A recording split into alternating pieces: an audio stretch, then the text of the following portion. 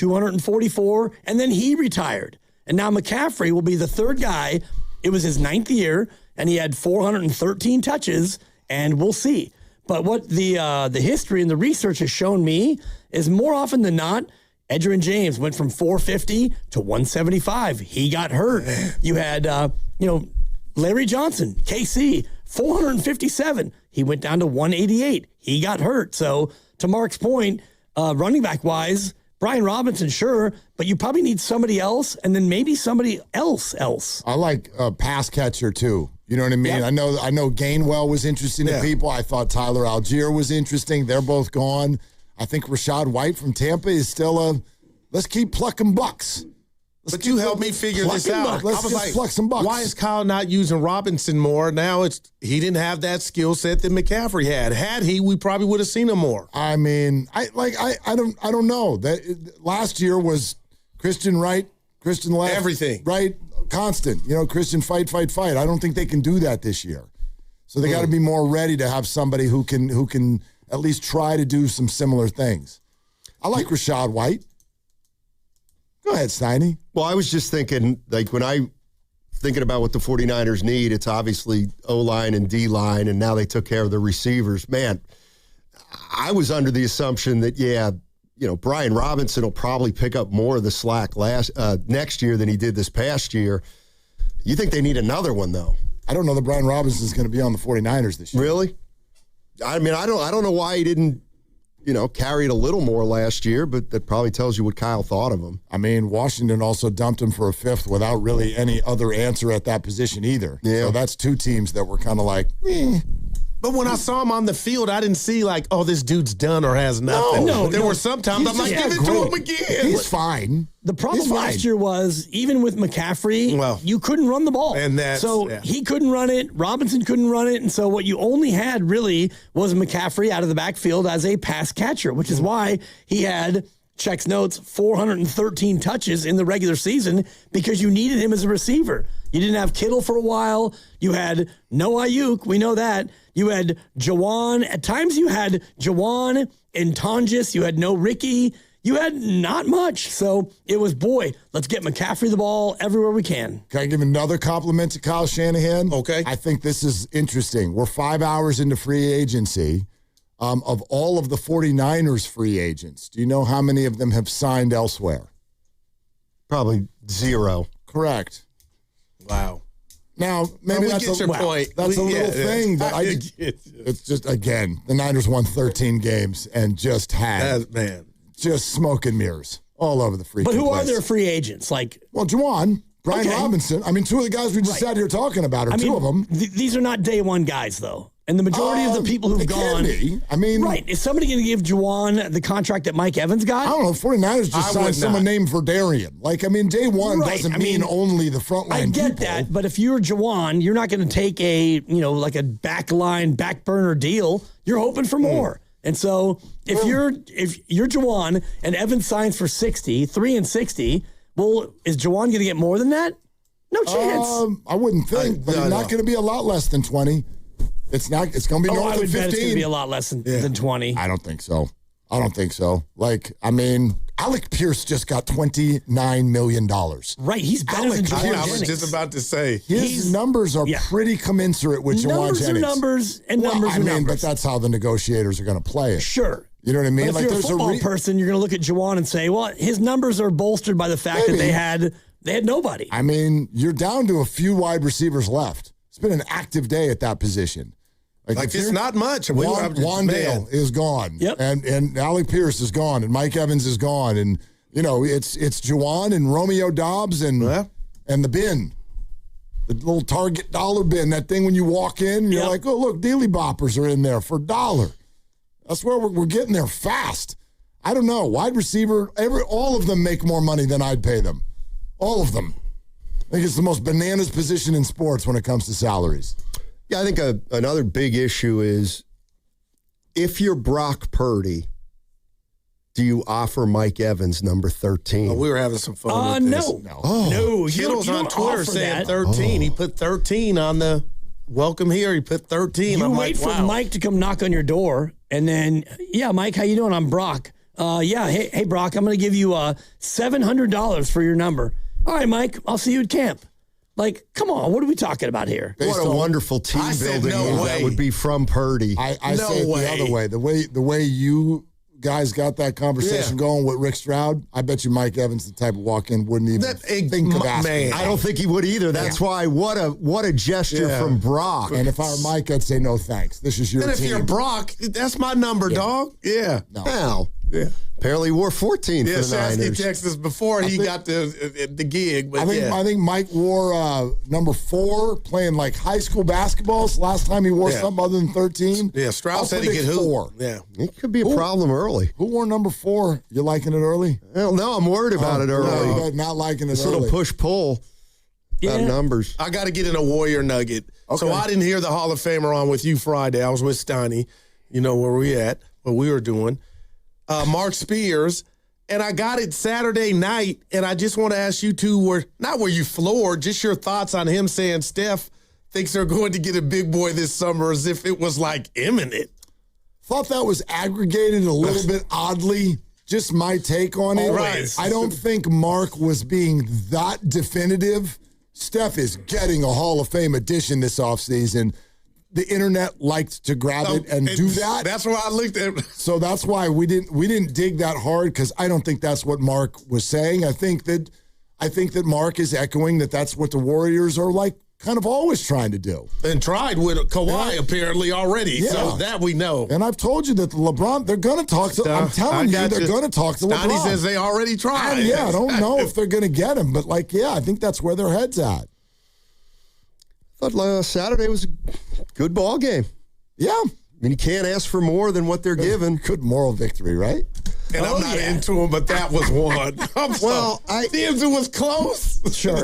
Sure. I mean, it was more than a moral victory if for no other reason than Porzingis played. Yeah. So, and he's going to play tomorrow. Did you hear my Mark count? had his own numbers for Did you hear my numbers? No. What are your numbers? Mark thinks they're his, Snotty. When you were out, he went over them. 3 in 11 games. He's played one more than Kuminga. Oh, yeah. Kuminga's played 3 of 11 for Atlanta, and Porzingis has played 2 of 12 for the Warriors. But he's going to jump to 3 for 14. And so Kuminga's got to play in the next 3 games. Your move, Jonathan. Yeah. Man, Your pressure on.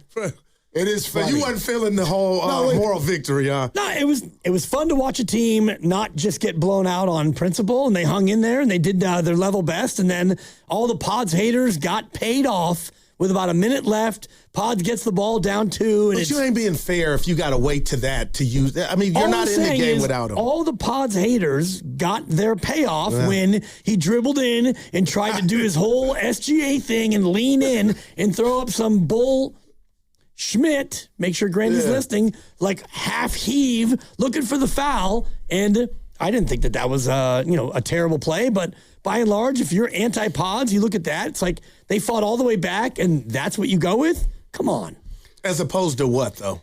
I don't know, a better shot with 18 left on the clock? I mean, to me,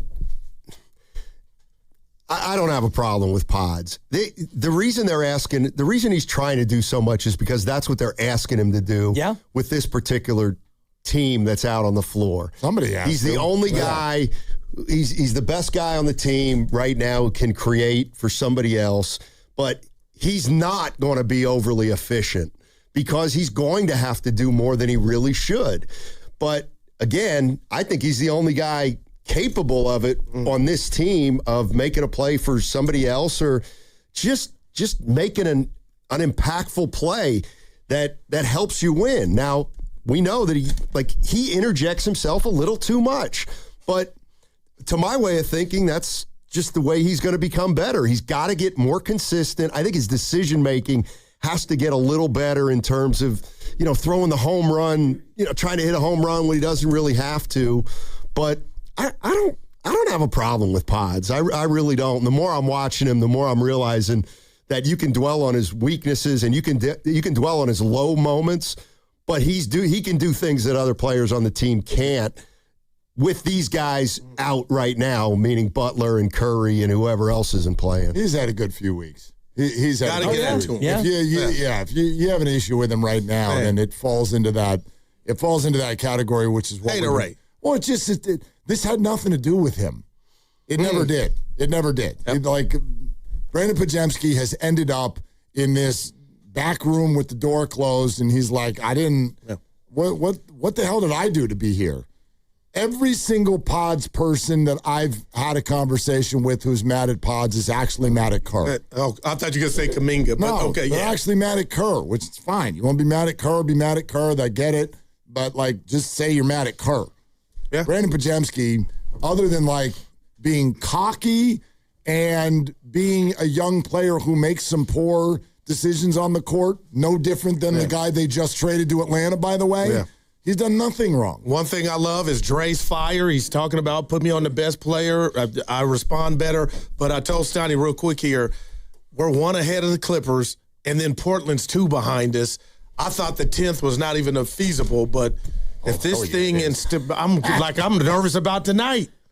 I mean, you should be nervous because when they play good teams, they play great. When they play bad teams, they don't tend to play as well. But just looking at who played on Saturday, if you look at the totality of the 10 guys they played, they had 2 first-round picks. Not even lottery guys, although Porzingis was lottery and Al Horford was also lottery. You had 2 first-rounders, and I'm looking at 3 first-rounders with Pods, and a couple second-rounders and 5 guys who were never drafted. So what you're putting out right now is not good enough to win a lot of nights.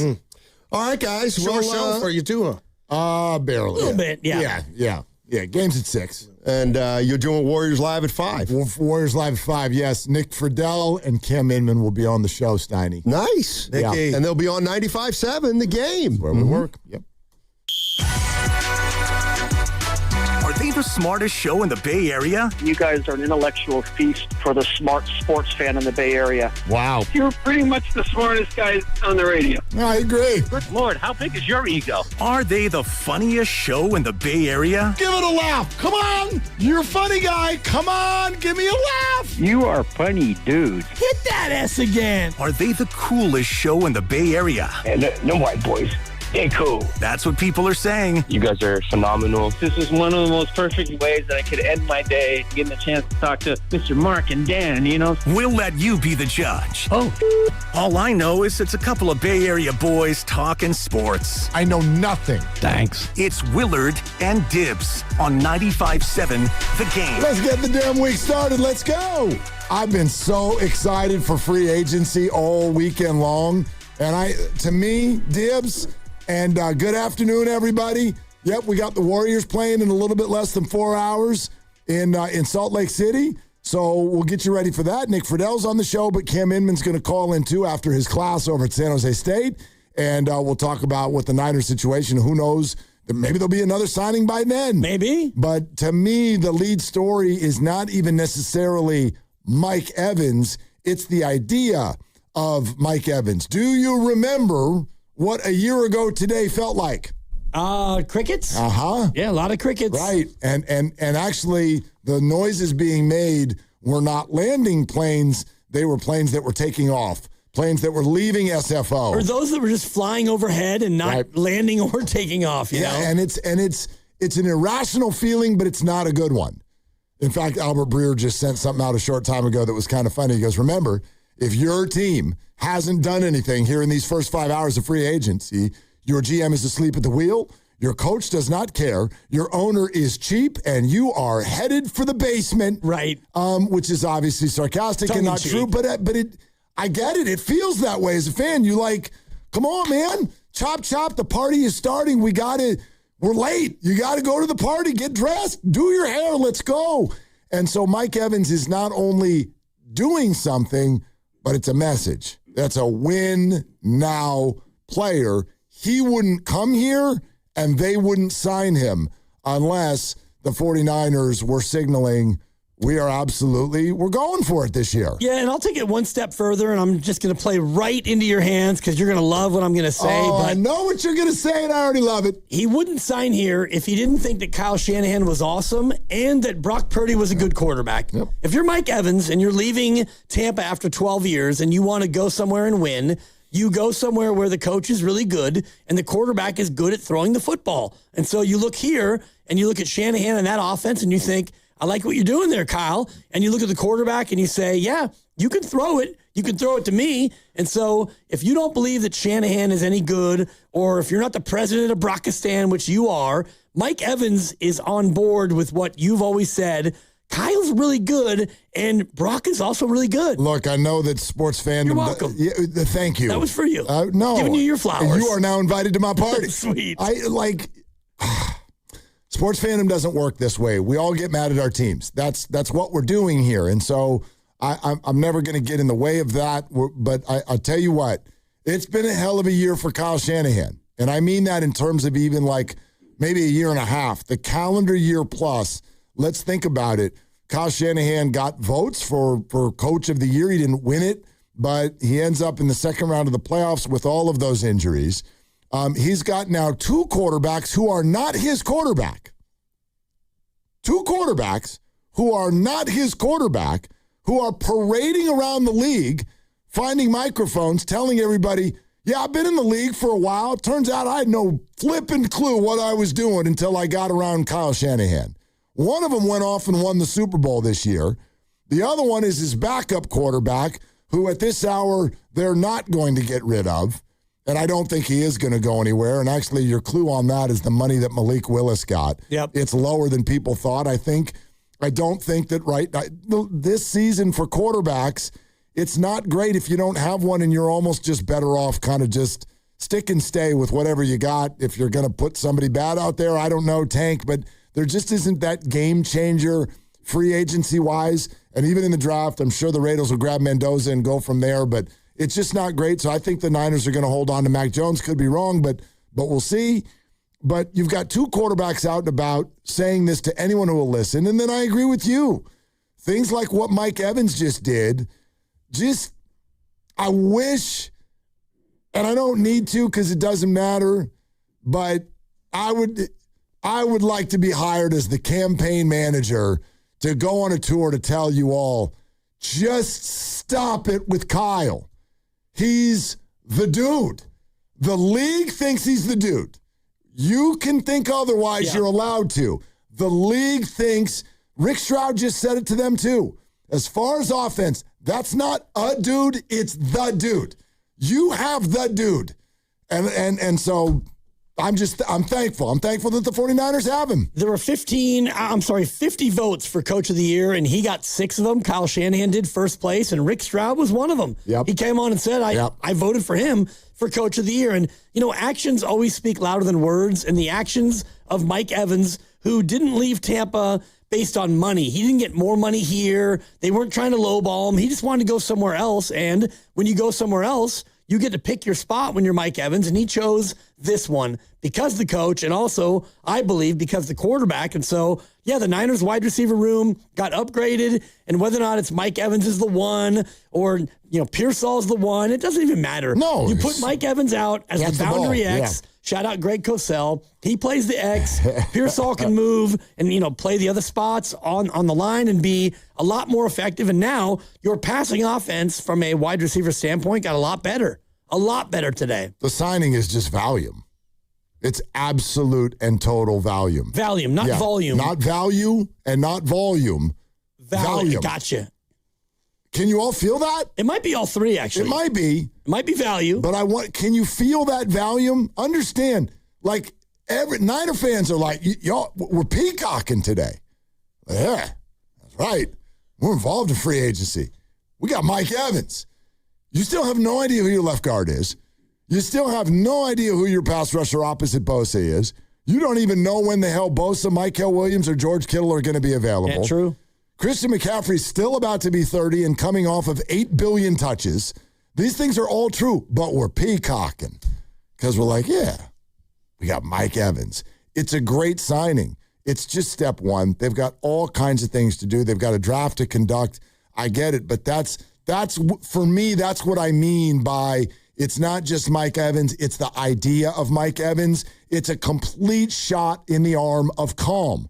It's a veteran player who's awesome, and it signals something, I think, from and to the entire organization.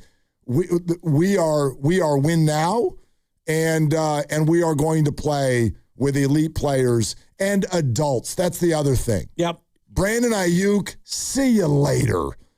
We're going to get a professional in here and play football and stop messing around and doing YouTube videos when we're supposed to be prepping for Philly. That's the whole thing feels like Valium to me. Yeah, and the evolution of them as drafters and as people who acquire players, and that's John Lynch and Kyle Shanahan. You go back to the early days, and it was Reuben Foster with a late first-round pick, and you already knew that he was kind of a knucklehead coming in, and he did knucklehead things, and he was all gone, and that's the way that one went. And you mentioned Brandon Ayuk, and that's kind of a similar situation. And, you have other players who've come in and not acted quote, the right way. And so it hasn't really worked. But now you get Mike Evans in, somebody who Rick Stroud said is an absolute, not only is he a solid grown man, but somebody who's going to help the community, and you're going to love him. A-plus player, A-plus human being. But does that matter to y'all? Do you, especially in football, I don't want to act like we know these guys.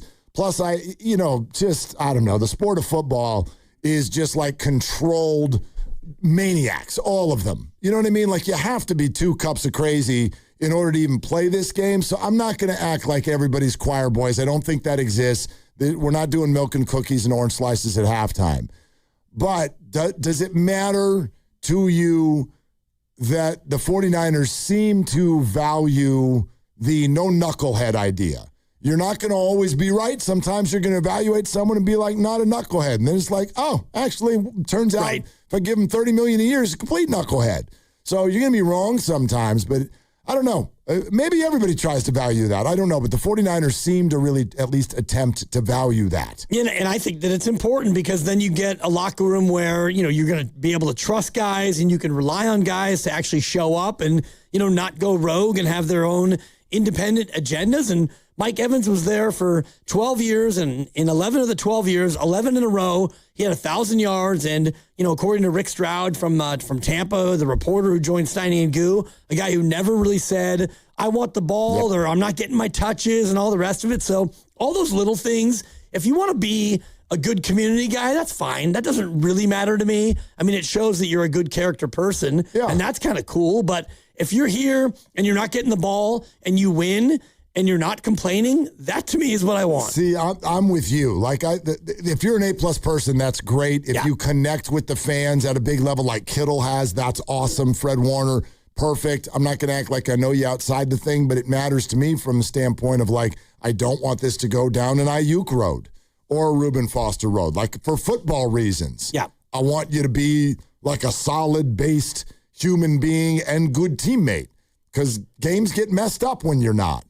So Mike Evans won't be reading books during the playoffs next year. Yeah, and I think about Aldon Smith, and I'm so happy that he's been able to turn his whole thing around. But that guy was a Hall of Famer. He was on a Hall of Fame track. You're right. But because he was unable to control the off-the-field stuff, his career went south. And, it was not a part of this regime, but I always think about Aldon in terms of a guy who had everything going the right way, and then it got derailed for a number of different reasons. And then by the time you get it right, you're too old and the career's over. 888-957-9570. We are locked in on social media because anything can break any time, although those first 3 hours are the wildest of them all. And it was every 6 minutes, bing, bing, bing, bing. And then the Niners kind of came in on the back end of that with what might have really been the big boom of the day, name value-wise. Mike Evans is a 49er. We're taking your reactions at 888-957-9570. About an hour from now, Nick Friedel will join us. And speaking of Warriors, Dub Nation, let's get engaged.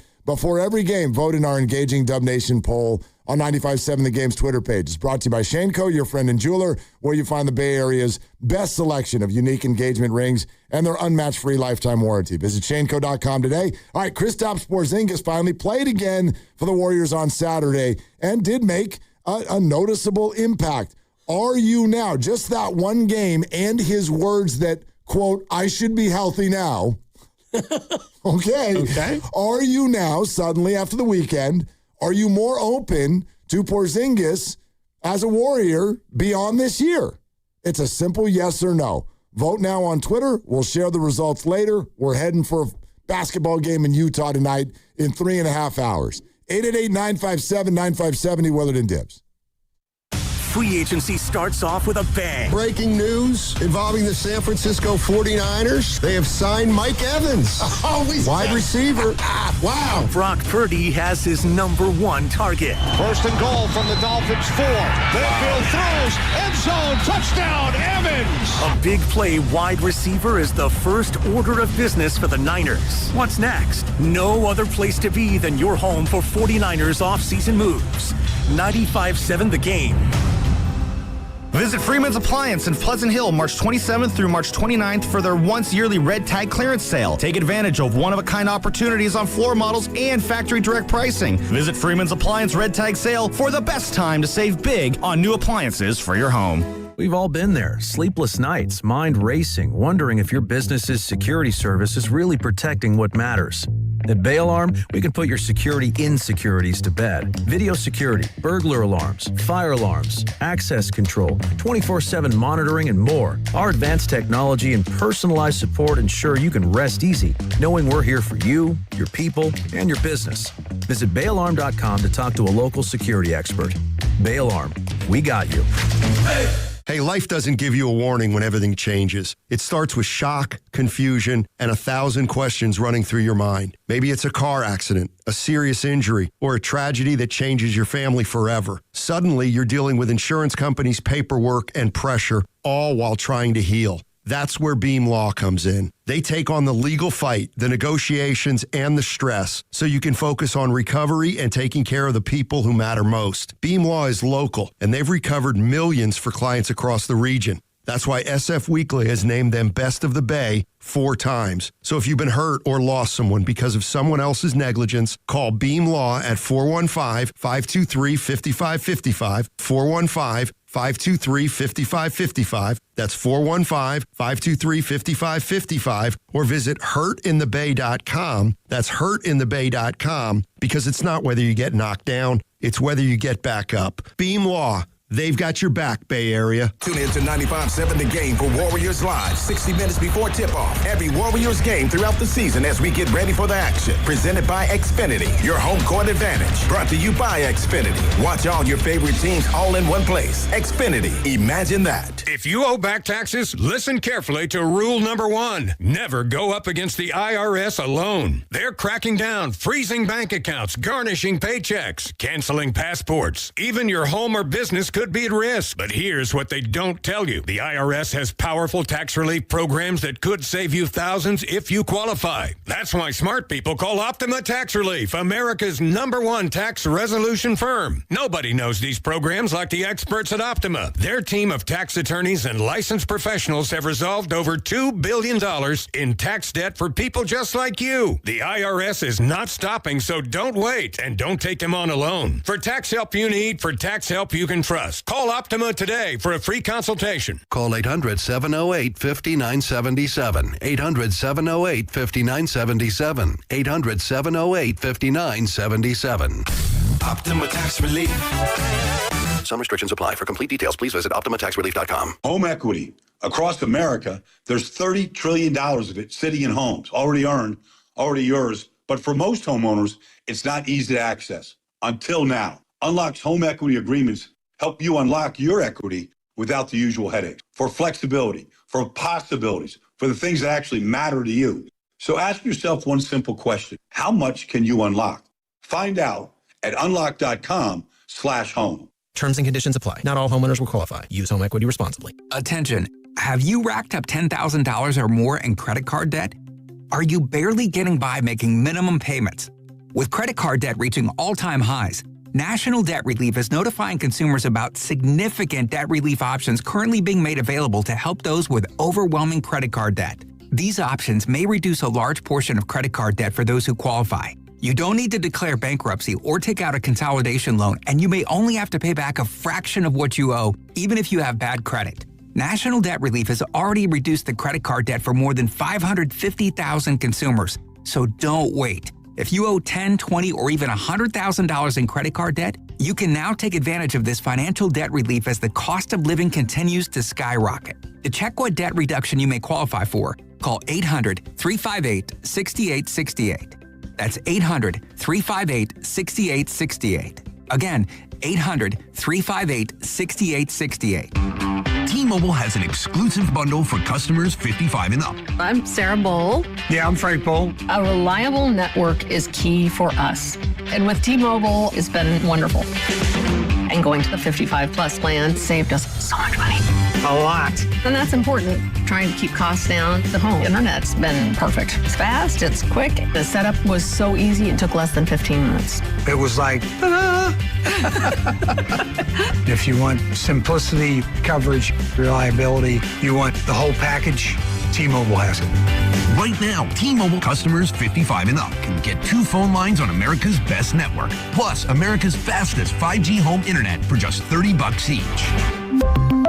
$30 per month each line with autopay plus taxes and fees. Minimum age 55. Pricing for home internet rely on 2 lines of Essentials Choice 55. $35 connection charge per line required. Best mobile network and fastest 5G home internet based on analysis by Oak Cliff Speed Test Intelligence data 2H 2025. All rights reserved. Discover a summer camp where kids run the show. At the California Historical Radio Society in Alameda, students in grades 6 to 10 learn from professionals to create real radio shows, podcasts, and dive into hands-on STEM electronic projects. Learn more at 957thegame.com.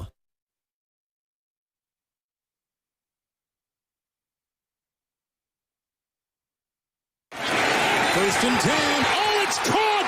What a throw! And what a terrific touchdown reception! Mike Evans has done it again! What's the question? I think you just answer your own question. You're welcome. Now, back to Will and Dibby on 95.7 The Game. That was, of course, Kevin Harlan. Right between the 1 and the 3. Nice. Not anymore, though. I wouldn't think. From one bay to the other. Yeah. But not really. I was talking to, you've been to Tampa, right? Yes. You've been to Tampa? One of the most miserable runs of my life. Oh, what do you mean? Went for a run and you mean like an actual... I was going to die. When you said a run. No. I thought like a radio career for 6 months or something. No. You mean an actual run? Arena football trip. Okay. And I flew out there and didn't have dress pants. So. Good. I mean, awful. They're pointless. Not when you're doing TV and you have to dress up for a game. Pants. So I ended up going out and buying a couple of pairs of pants. It was like buy one, get one half off. That was about $300. But then I went for a run. And, in the dress pants? No. Okay. But I felt like it. Okay. The humidity, it was one of those 90 days. And so you're sweating, but the sweat's not actually coming out. It's not coming out of your body. It's like you're wrapped in saran wrap. Right. Awful. Yeah. It's a circulation sensation. It's a suffocation sensation is what it is. Hit it twice. Hit it twice. Yeah. Brutal. Or not. But yeah, I mean, thank you, Grandy. Lovely, great views, and I asked because I don't think it's their thing, but they're at times. You remember this thing that used to happen at 6 o'clock and 5 o'clock called the news? Yeah. Remember? Remember? I don't think they do it anymore. But anyway, you turn the TV on, and there's people all they're also wearing dress pants, and they're talking about their area, and sometimes. If I remember correctly, they do call it the Bay Area. That's right. Yeah. They've got a bay, and they've got an area. An area, right. They're allowed to call it the Bay Area. Yeah. Well, no, not like that. That would be awful. That would be. Yeah. That would be stealing. But anyway, it is the Bay Area, no doubt. It's still in the Bay Area. And ironic that our baseball team here in the Bay Area almost moved to the Bay Area. Correct. In 1992, I think. Sure. Right? Something around those parts, yeah. Before Peter McGowan came in and saved the team. Saved that thing. Yep. Yeah, exactly. And now we stole Mike Evans from him. That's Speaking on what you guys are talking about, George Kittle tweeted once the news broke, he said something along the lines of, Mike Evans to the Bay. Welcome to the Bay. And we welcomed him. A bunch of Buccaneer fans were in his mentions very upset at him calling it the Bay, and he had to issue a correction, or just eventually said, I wasn't taking a shot at Tampa Bay. Yeah, I think he just said relax. Yeah. Relax. And I think just by sheer number of people, we win. I don't care what you call that. Nobody who's not in either area, if someone lived in Oklahoma and they went, we're going to fly to the Bay Area this weekend, nobody thinks they're going to Tampa in the whole world. So Tampa, Thank you for Mike, and you're wrong. And you're wrong. You're wrong. Also, do you guys want a little piece of interesting news? I Yeah. would like a lot of interesting Not news. breaking news, but I don't think so. The Broncos are releasing veteran linebacker Dre Greenlaw. Do we have an interesting news sounder? Okay. Interesting news. Well, I have all kinds of interesting news if we want to do the interesting news sounder. That is interesting news, though. Yeah, I'd like to actually, Can we circle back to Dre area. Very nice. Did you know that Curry returns for this game tonight? Wait. Yeah. Probably should have hit the breaking news sounder for that one. No, it's only breaking if it's... No. Curry is returning tonight for the Warriors. I mean, if it's a certain Curry... It's a fact. It's a Curry. Dub Nation, it's Seth Curry. Uh-huh. Interesting news. Seth Curry is back for the Warriors tonight. His third game, now matching Jonathan Kuminga's time with the Atlanta Hawks and moving ahead of Kristaps Porzingis in what was a tightly contested 2-2 battle. Well, we did that last week. We did who has more field goal attempts with the Golden State Warriors. It was the same. And it was a flat tie. But now Porzingis, after he jacked them all up on Saturday. I know, but he's going to sit tonight, and Seth is going to come out there and take the lead, and then Kristaps will probably get it back tomorrow night because Seth is probably not going to play tomorrow night, although I don't know that. Will Richard's not going to play tonight. I don't think that Seth is going to get 10 shots up to catch Porzingis. He does. He's not shy now. Right. He can shoot it. I mean, last name's Curry. Off the bench, you had Peyton II, Cryer, Porzingis, Leons, and Williams. Like, it's a good group. And you, I don't know if you almost beat OKC, but you hung. Yeah. You hung right in there. But, I mean, by the way, who's Utah playing tonight? Remember, the Warriors are playing a team tonight that makes surgeries up. Like, they pulled Jaren Jackson out of a fourth quarter. The league's like, don't do that. They're like, he's having knee surgery. No, he's not. What are you doing? Like, they find him. They're making surgeries up. Yep. I mean, they gave him a fake gown. A fake gown? There's no surgery. There's no surgery. Yeah, we don't know that. I mean, hangnail. Could be wisdom teeth or, I've had a lot of surgeries and more than Jaren Jackson. And they're not all created equally. Some of them are pretty quick and tidy and some of them are major. I got more interesting news. We need a sounder. Yeah. Interesting news. And it's Atlanta Hawks related. Okay. Yeah. Remember that whole Magic City promotion? Yeah. And remember how Luke Cornett and then Al Horford, former Hawk, jumped in and they're like, yeah, guys, like, poor taste. What are we doing? Like Magic City night with the Hawks. And then the Hawks looked at Luke Cornett and Al Horford and they went, yeah, thanks for your input. We're doing Magic City night with the Atlanta Hawks. And the NBA has stepped in and said, no, you're not. Wait. No, not Adam Silver. If you can see on YouTube, I'm giving the... They shut that thing down? Yeah, shut that thing down. When was it supposed to happen? Soon. March 16th. Come on. Willard, why don't you explain to the people what Magic City is? That would be a strip club. Oh, okay. Yeah.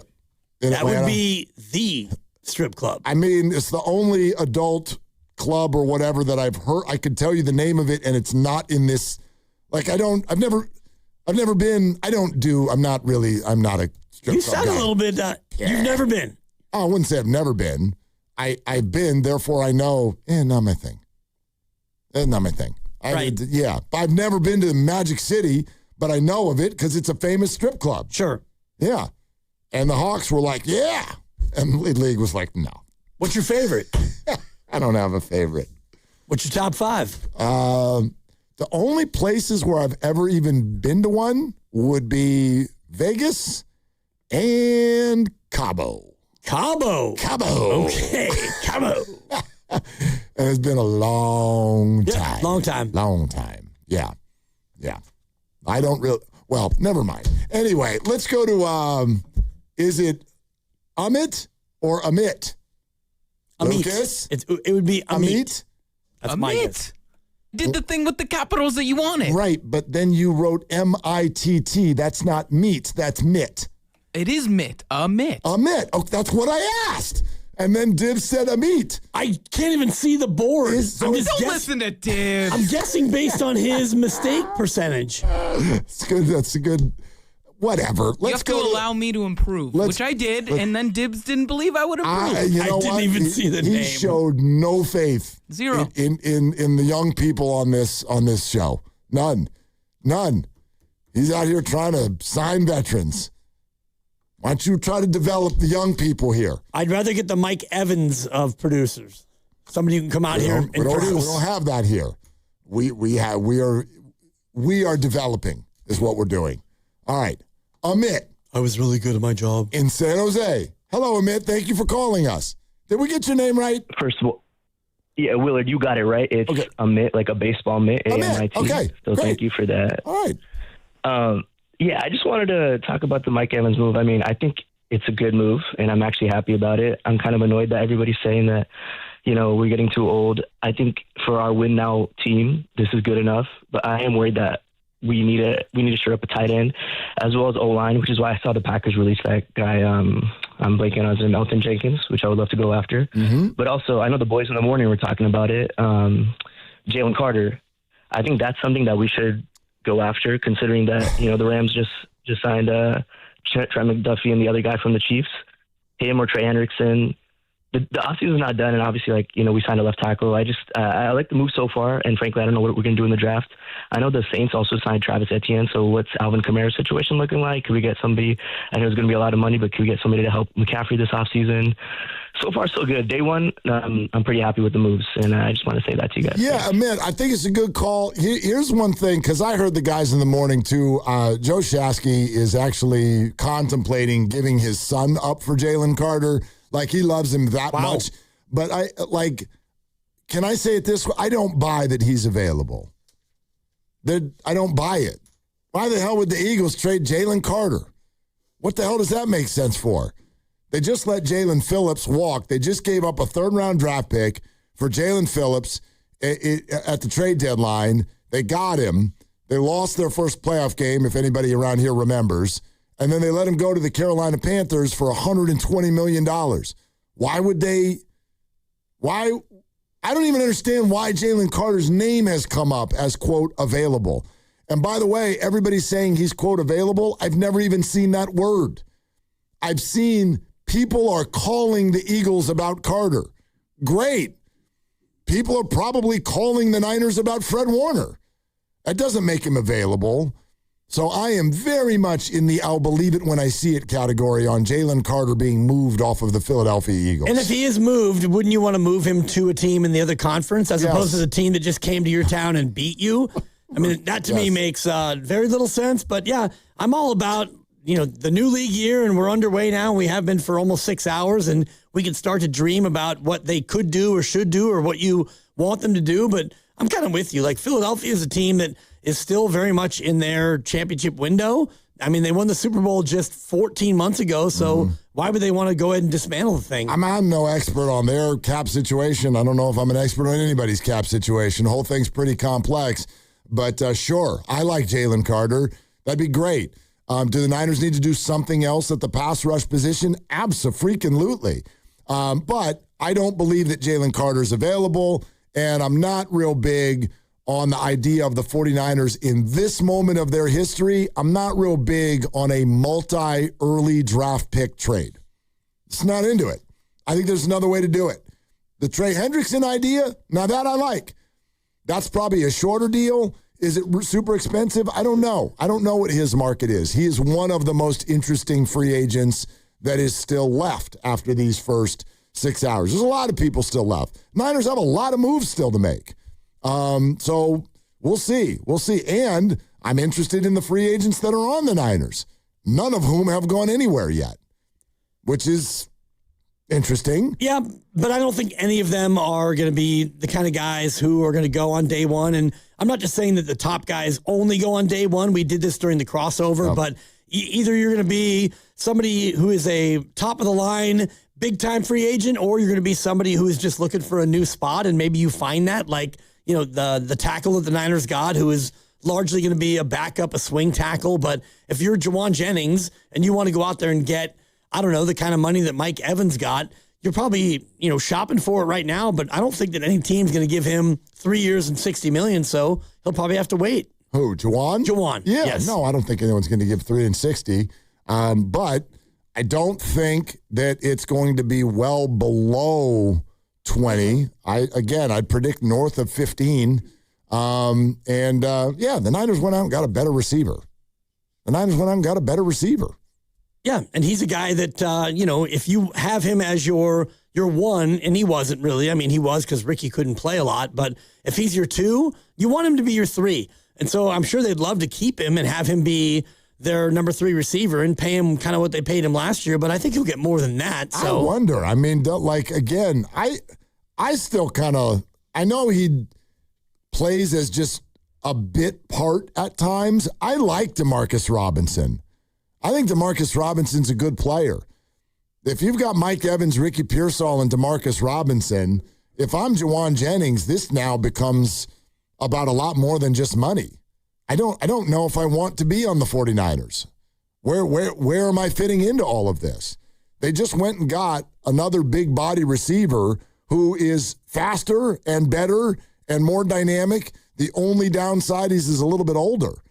But there's no red zone third down wide receiver role anymore. That belongs to Mike Evans. Right. And I mean, that role last year was Juwan Jennings, who had every red zone touchdown that was scored by a wide receiver. He had all of them. No other wide receiver got a red zone touchdown. And I do think that's why, in large part, the Niners went out and got Mike Evans, because they realized the red zone offense last year, it can't be the same one this year. And I texted you guys that McCaffrey had 17 red zone touchdowns. George Kittle had a bunch. And then you had some Tonjes. You had a couple of Luke Furls. You had some Brock Purdy, a little bit of Juszczyk. You only had one wide receiver who was able to get open and score in the red zone. So that has to be more than just that, and that's why you brought in Mike Evans. Okay, can we circle back to the interesting news that broke like 10 minutes ago? Interesting news. Dre Greenlaw. So first of all, first reaction is, and I was on the wrong side of this, I really, really did not want the Niners to lose Dre Greenlaw last year.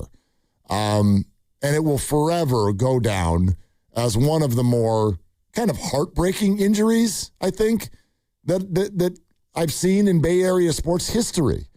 Like this, it's kind of low-key Klay Thompson-esque, like sitting there and it happens right in the midst of a championship round. This one happened coming out of halftime. Yep. Of the Super Bowl. It's that negative step. Where he's just bawling out. So many people think that the 49ers win that game if that injury doesn't happen. But then he comes back late last year. He looks great, but then kind of can't stay healthy. And then he did a can't stay healthy thing again with the Broncos this year. He's a little bit of a live wire, I think. But the Niners wanted him. The reports were they tried like hell to keep him, but he wanted something new. I've even heard reports that he didn't want to be Fred Warner's kind of like side guy anymore. Like he wanted to be the main linebacker. It never really happened in Denver. 49ers have developed some other linebackers around Fred, but there are question marks at that position, and Dre will now come much cheaper. Any interest? Yeah, absolutely. I mean, why not? Dre Greenlaw was great here, and like you mentioned, it's going to be cheaper. He was set to make $7.5 million. None of that was guaranteed, and they avoid $2 million of that becoming guaranteed by doing it now. And so the Broncos did it as a kind of a mini cap casualty. So if Dre wasn't going to make $7.5 there, you could probably get him for less than that, and you bring him in here into a linebacker room that I think needs some depth. And what did we get to last year? You got to Kendricks and what was the other guy's name? The law firm? Oh, gosh. Wallow. Garrett Wallow. Good call. Yeah. Good call. Well, you got down to your 4 stringers. So it's a linebacker room that needs more depth. Sure. Fred should be fine. And, injuries can happen to anyone. But I'm not saying it has to be, Warner and Greenlaw again. But you've got Winters in there, and sure. you would love to have more of a veteran presence, I'm sure. There's other guys that got hurt too. Right? There was Robinson, and I'm trying to think of who else There's still Nick Martin that's part of the group, all of that. Dre Greenlaw played in 8 games this last year. Okay. Played in 8 games. Yeah. I mean, not great. Not great. Not great at all. He had a quad injury, and then he got suspended, and so, yeah, but 43 tackles and a sack and a pick and a forced fumble, all in 8 games. So you know what you get with Dre Greenlaw. He's a guy who's going to fly around and make plays for you. Does he get the injury-prone label now? I don't know. I mean, what's it been like his whole career? The Achilles is one thing. Where again, you know me. Like, I try to figure this stuff out, and I would love for it to be equitable. And I get confused by who gets the label and who doesn't when we put stuff side by side. Like, this is going to be a long off season for you, listening to me tell everybody that Ricky Pearsall is not injury prone, that we have been beyond unfair to a young player who has basically had 2 injuries, and one of them was because some very disenfranchised young person shot him in Union Square. So, like... he was hurt in camp before that, though, and he was hurt at Arizona State. Everybody's hurt in camp. Camp injury doesn't even mean injury to me. That just means, like, we're going to take this slow because we don't want to. Right. You know what I mean? But to me, it's if you start to look at a pattern of your career and there are more seasons with missed games than there aren't, like Mike Evans, you can't say he's injury prone. The guy played in 15 or more games almost every single year, except last year. Man, he's about to turn 33. But it doesn't mean you're injury prone if you're just old. And I don't like injury prone at all. Dre Greenlaw, 16 games as a rook, then 13, then 3. That's a whole year of, I was hurt. 15, 2, and then 8 last year. So, you're looking at a little bit of an uneven cycle of your career. 10 games. 10 games since the Achilles. Yeah, 10 games. And it's an Achilles. So we're not just talking about an injury. We're talking about, quite frankly, probably the worst injury. Yeah. Probably the worst injury. And George Kittle now coming back from that same thing. Yep. So, we'll see what he's going to do. And is he injury prone? He's not injury prone, but he gets hurt a lot. He had 2 of them this year. Right. 2 big ones this year. Well, and if you look at his game log over his career, he has a lot of, I'm sure, 13s and 14s. I don't have it in front of me. I'll get it, but it doesn't mean that he's, quote, injury prone. And then the other guy, and I talked about this in the crossovers, McCaffrey, where the last time he went over 400 touches, he played a total of, I think, 3 games. Yep, 76 touches. By the way, that year, after he had 403 touches, he played 3 games. He scored 6 touchdowns. Oh, man. So that to me is the big story going into this year is the McCaffrey part of it, because he's coming off of a career high in touches. And usually, and I could show you the list and I could bore everybody by reading it, but the majority of my research shows that when you go over 400, the majority of the time you come back and you have a down year, unless your name is LaDainian Tomlinson. Of course. LT went back-to-back 400-plus touch years, and he actually had 3 of them in his first 5 years. He's a freak. To me, the most under-discussed 49er need is at the running back position. Everyone knows they don't have a left guard. Everybody knows they need another pass rusher. Everybody knew they needed a receiver. They got one. The tight end position is interesting. I don't know when George is going to be back, and they don't really have somebody who can even, mimic that for whatever. Okay, Tonjes, but I don't know what they're going to do at that position, but I don't hear people talking about how what I find to be an absolutely imperative need. Now, running back is a position where you can get immediate dividends in the draft. I don't know how many people want Kyle Shanahan going out there to draft a running back, because that has not gone well. Let's just call that what it is.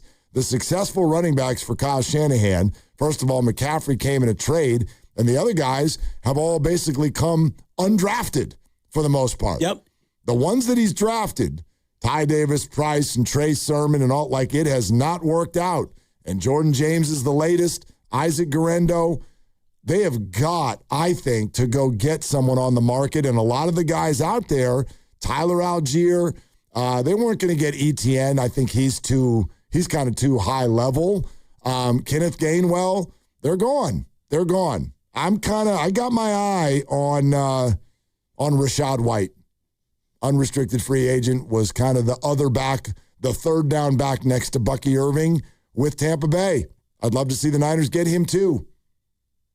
Yeah, I mean, can he catch the ball? Is he the kind of back that's going to fit? Yes, he can. Because Brian Robinson is not so much of a pass catcher, and I'm just looking at last year's stats, and you had a total of 2 running backs, not counting Kyle Juszczyk, who had 2 carries, but 2 running backs who actually carried the ball all year long. So it was so much McCaffrey, and you look at this year, and he's a year older, and I think Brian Robinson will probably be gone. And so, yeah, you mentioned Isaac Guerrero, a guy who could not really ever get on the field, and Jordan James, a rookie year that was kind of a throwaway. So what are you going to do? Rachaad White, by the way, last year, obviously he's the backup, but he had 132 carries, 572 yards, 4.3 yards per carry, and also caught 40 balls out of the backfield. Oh, yeah.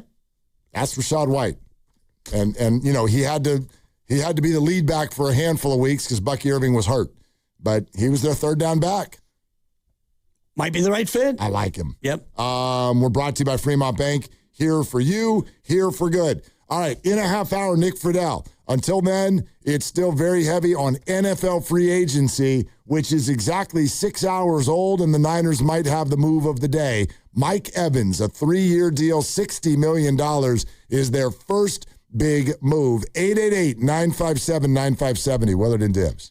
Free agency starts off with a bang. Breaking news involving the San Francisco 49ers. They have signed Mike Evans, wide receiver.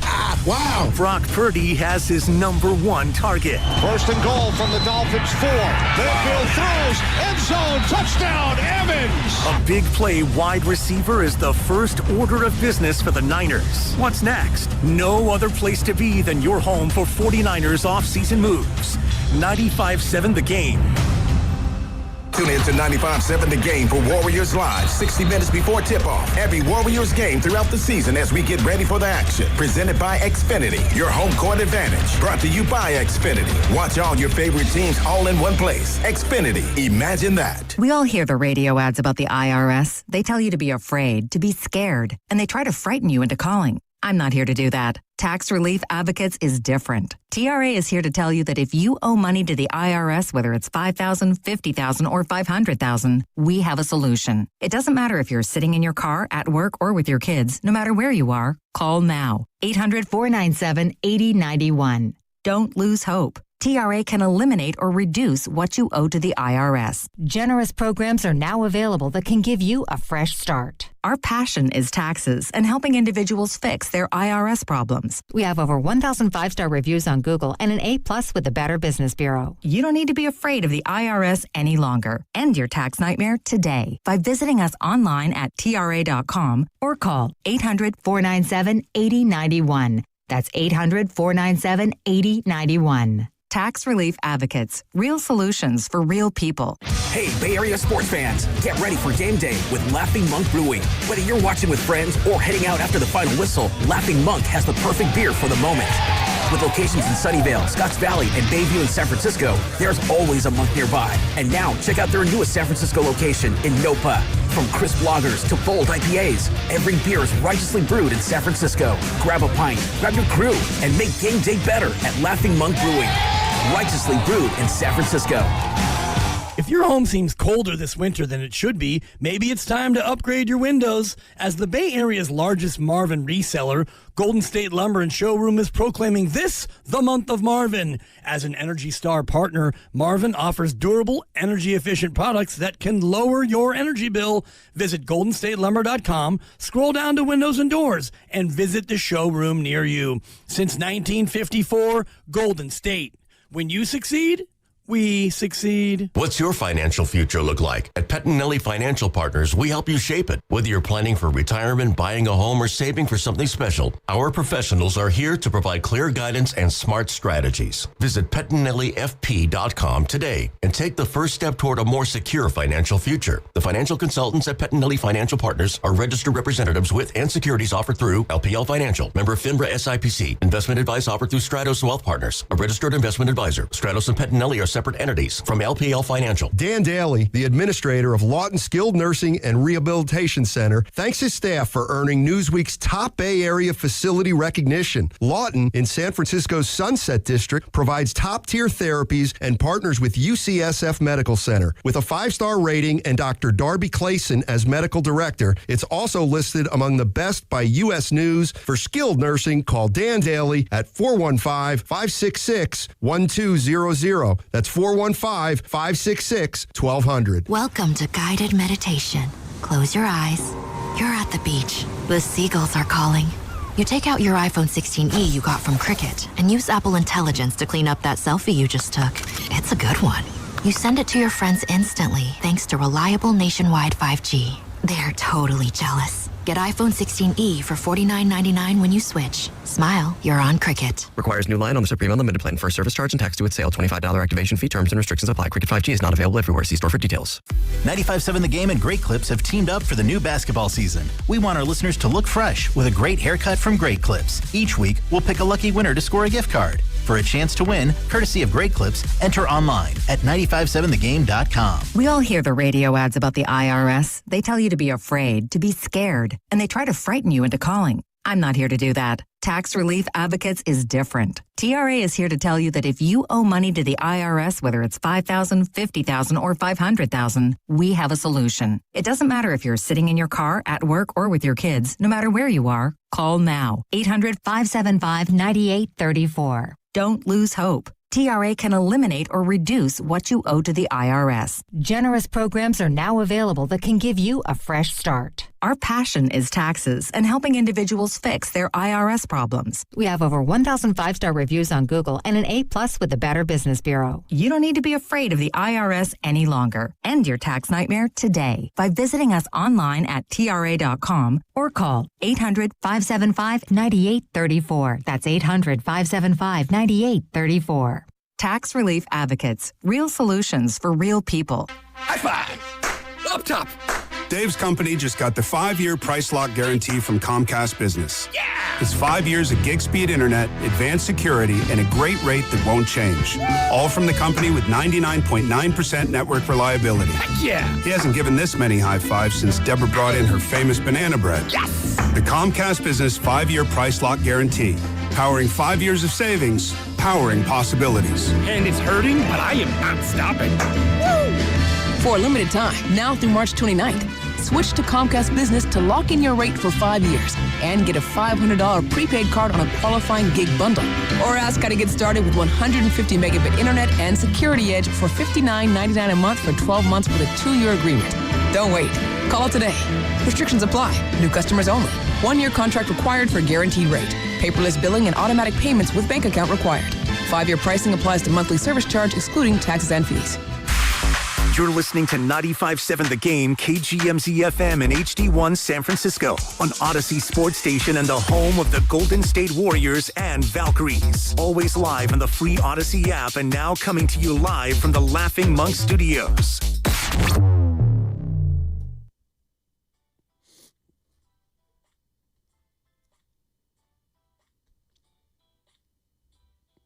Inside the one. They're going to look to throw it back in the end zone. There's Mike Evans. Touchdown, Tampa Bay.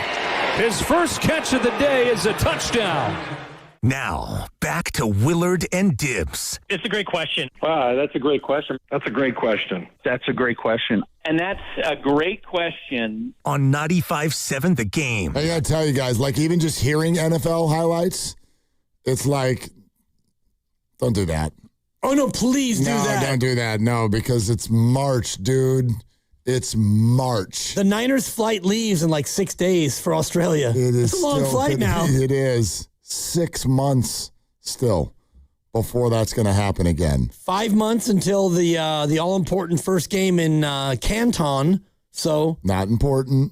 Not critical. All important. Not important. Yeah. I wonder if the Niners get that game.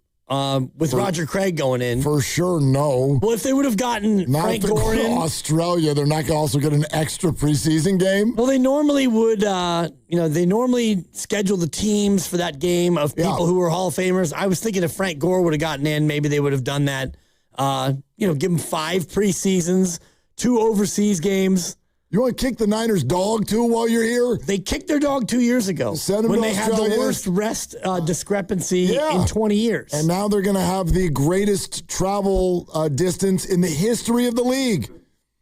So I'm good on an extra preseason game halfway across the country. Thanks. They could do it where they don't have an extra preseason game. I mean, they could have just given them 4 games. I don't know that they can. Like that, whoever those teams are, they always have an extra one. Yeah, they have in the past, but there also used to be 4 preseason games. Now there are 3. Right. And pretty soon there'll be 2. So someday, hopefully, there'll be none. Right. I mean, I do think that pro teams would probably want to have one a game. I hear you. They're just excuses for owners to charge people for games that they don't want to see. But anyway, we don't need to go down that road. Hello to you if you're just joining us here on Willard and Dibs. Nick Friedel is going to join us in a half hour. About an hour and a half, Cam Inman on the Niners. And then 2 hours from right now, we are going to start Warriors Live. Warriors in Utah tonight for a 6 o'clock tip. I think the headlines, what are they like? Just because I know a lot of people, if you're in and out and free agency, the biggest boom, the first boom was Kenneth Walker. The Super Bowl MVP is joining the Kansas City Chiefs. Go ahead and move them up your fantasy draft boards, if you will. Thank you. Right there into that second round. You'll tuck in there nicely. Good to see you. The 49ers have Mike Evans. Tua has signed a 1-year deal with the Atlanta Falcons to back up Michael Penix, assuming he's going to even be healthy coming off of his injury. I'm trying to think. The Titans got Wan'Dale Robinson and defensive lineman Franklin Myers from the Broncos, which was a Niner target, and they definitely came in second place on that. There you go. So Farhan, Farhan called and thought that I did a great job, that they tried and everything, so that was good. MPJ traded to Pittsburgh, and I immediately thought Michael Porter Jr. Because he's MPJ. And then I thought again, I don't remember Pittsburgh being an NBA city, and so I had to think a third time, and I realized it was Michael Pittman Jr. Michael Pittman Jr., yes. Michael Porter Jr. was often involved in trade rumors, did not get traded. Not to Pittsburgh. Michael Pittman, not in trade rumors, did get traded. Yep. Funny how that works out. And Alec Pierce, the other wide receiver for the Colts, is staying with the Colts for, checks notes, too much money. Too much money. Record money. It's a 4-year, $2 much million deal. It depends on what the deal structure is, and that's the same thing. Like Mike Evans got 3 years and $60.4 million here. I would bet it's $35 million at least in a signing bonus, and I would also bet that deal is so front-loaded that come year 3, it's going to be, well, you know what, Mike? It's been good. You're not as good as we thought you were going to be in year 3, so we're going to go ahead and say goodbye. I think, actually, they won't even need to say that. Schefter was already on McAfee today saying it's actually a 2-year deal with the way that it's structured. Right, no guaranteed money in the third. Yeah, like that's, I mean, he's going to be 35 years old, about to be 36 years old in the third year of that deal. So probably not. But anyway, that's where we're at. And if some of you are thinking, what about the Niner guys? What about Juwan Jennings? What about Brian Robinson? What about? Like none of them have gone anywhere yet. None of them have gone anywhere yet. However, there have been widespread reports, especially in the wake of signing Mike Evans, that Juwan Jennings is expected to land elsewhere. Of course. Yeah. Of course. I mean, what are you going to do in the wide receiver room? You're not going to pay, $20 million a year for Mike, and Ricky's making first-round money, which is not a small amount, and Demarcus Robinson's making, like $5 or $6 million in his second year, and you do have some Ayuk dead cap money that's going to hit, and that's not really, quote, in the room, but you're not going to go out there and pay Juwan 3 years and 45 or whatever he's going to get. He's going to get it elsewhere. We're taking your phone calls on the Mike Evans signing. I have a little bit of a different spin that I want to throw at you about Mike Evans, just to kind of plant a seed for people. We'll do that in a few minutes, but let's go to Caleb in Newark. Hi, Caleb. Thank you for calling Willard and Dibs. What you got? Hey, man, Mike Evans is a Niner. Yes, he is. Not bad, huh? But guess what, though? Not to rain on your parade, though, Mr. Willard. I am a Raider fan calling, and I know you've seen the moves that the Raiders are making today. They are being very aggressive, and I get it. They're rebooting and rebuilding. They should be aggressive. There you go. But now, stick with Mike Evans because one of my best friends is a Niner fan. Look, I think it's a good move. to get Mike Evans. The Niners clearly needed they needed a wide receiver. I mean, Ricky Pearsall, unfortunately, is battle injuries. I think Juwan Jennings is gone, and the Niners just haven't had this kind of player. I mean, really since Emmanuel Sanders, and he wasn't even there for that long. Just this kind of guy who can just make that big of a difference. So, I mean, it's a good move. Hopefully, he can stay healthy, and good on your guys' part. Caleb, thanks, man. Appreciate it, and good luck to your Raiders and Mendoza and Linderbaum, but they need to redo that whole offensive line. They used an early pick on Ashton Genty last year, and then they were like, oh, we need to block for him too? Yeah. I didn't know we needed a block for him. Well, you need to block for McCaffrey as well, but the Niners seem to be much more smitten with their offensive line than the majority of us on the outside do. I think there's more coming, and I bet that gets very addressed in the draft. Sure, and I know they acquired a backup tackle today, but, and I think Grandy was the one on our thread who was like, Linderbaum was the guy we wanted, and, he didn't come here, and the Niners like their center. They do. Well, they certainly weren't going to do the top. Linderbaum, my God, you want to talk about record-breaking money. Yep. He is making bajillions more than the second-place center in the league. And I don't know if you've noticed this, but the 49ers, especially when you are veteran-heavy, they are the oldest roster in the league as of last year. When you're veteran-heavy and you're trying to win, it doesn't usually make sense to go out and break the bank for the top of the market guy. You can see it. Did they want an offensive lineman? Sure. Would they like Tyler? I bet they would. At that price, no thanks. Could Alec Pierce be good with Kyle Shanahan? I bet he would have been great. Great. Okay, what's it going to cost? Well, the Colts are offering me $29 million a year. All right, this is a great conversation. It was nice to meet you. Goodbye. We'll go get Mike Evans for way, way, way less on a shorter-term deal. That's just where the Niners are. To a degree, it's who they are. Well, it's who they have to be. And I was just thinking about it as you were laying that out. How many positions are they in the top 5 at average annual value for that player? You've got McCaffrey, who is in the top 5 running back-wise. Trent Williams. I think Fred Warner. For sure. Fred Warner. George Kittle. George Kittle would be number 4. Trent, and I don't know if Brock is at top 5, but it's damn close. Right. I don't think he's top 5, but he's up there. So when you start to go down your roster, you can't have 8 or 9 guys. Much like in the NBA, you can't have more than 2 guys making max money. And they did for a second with Brandon Ayuk, and they backed that thing up. Well, they had to. Yep. I mean, they would love to not have had to do that. Had he rehabbed and played to his level, I think that they would have been like, you know what? We gave you this contract. You played to that ability. We'd be happy to do that. I'm actually I'm not telling you you're wrong, but I am glad it worked out this way. I like this better than even if Brandon hadn't gone sideways. I like this better. Brandon was overpaid. For sure. That was too much.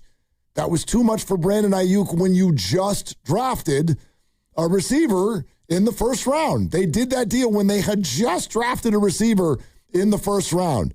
I know injuries. Okay, fine. They've all got hurt. Brandon Ayuk's leg exploded too. So, but I like this now where you're paying 20 instead of 30 for a veteran presence, a bigger body, and how that will potentially open things up for Pearsall, for Demarcus Robinson, and hopefully for the young guys, Jacob Cowing, Jordan Watkins. I hope those guys can flourish too. And they might not even be done at that position. I don't think there'll be another huge free agent signing, but there might be more on the way at the wide receiver room. That's only 5 guys. Yep. You need more. Might be Kendrick Bourne. You bring him back for something small. And I actually saw him today on NFL Network. He was being interviewed. I watched that. Man, what a great personality and just such a happy guy. And you talk about locker room fit, and he actually made the point. He's like, when you leave a place and you leave it the right way, you have a chance to come back. And he did that here, and he came back here, and he was talking about New England. And so I do think that the door is open for him. Juwan Jennings, I think the door is more closed because of where his price point will be. But if you're Kendrick Bourne and all you can get is 2 years and $10 million with, $5 million guaranteed, then you might as well stay here and be wide receiver 4. I agree with you that Juwan is definitely gone and Kendrick is still a maybe. but I don't know how you felt. NFL Network on in the background doing some cooking this morning. Yep. They're like, all right, let's go. We're going to talk to Kendrick Bourne. First thought that went through my mind. Oh, dear. Poor guy's phone's not ringing. Why else are you doing that interview? Because if you have your career end, you want to just, let the people know that you have a great personality. Sure. I mean, that's part of it. I guess. But I thought the same thing as you. Yeah, Kendrick's not near the end of his career, is he? How old is Kendrick Bourne? Got to be 30, I would say, or close to it. 29 or 30. Kendrick Bourne. Yeah, he's 30. Yeah. I mean, he got time. A little bit. I mean, yeah. Not a ton of time, but I don't know. I thought the same thing as you for the most part. Like, you're out here, trying to show people that, boy, I'm happy, I'm positive, I'm available, and, my phone's right here. GMs. Yeah. You want to go ahead and give me a call. I mean, there were reports that the Dolphins, Cardinals, and Niners are in the mix for Kendrick Bourne. But I don't know about you, I've whittled down the so-and-so is in the mix. That's about 4 people that I believe. The rest of everything that's happening on social media, there's 2 ways to do it. I believe your local people. Yep. Franklin Myers from the Broncos, Barrows reported that 2 weeks ago, and he was spot on. The Niners wanted him. They battled with Robert Saleh for him. They lost, but they were after him. Outside of that, we got Rap Sheet. Yep. You got Pelissero. Schefter, Garofolo, Diana Rossini.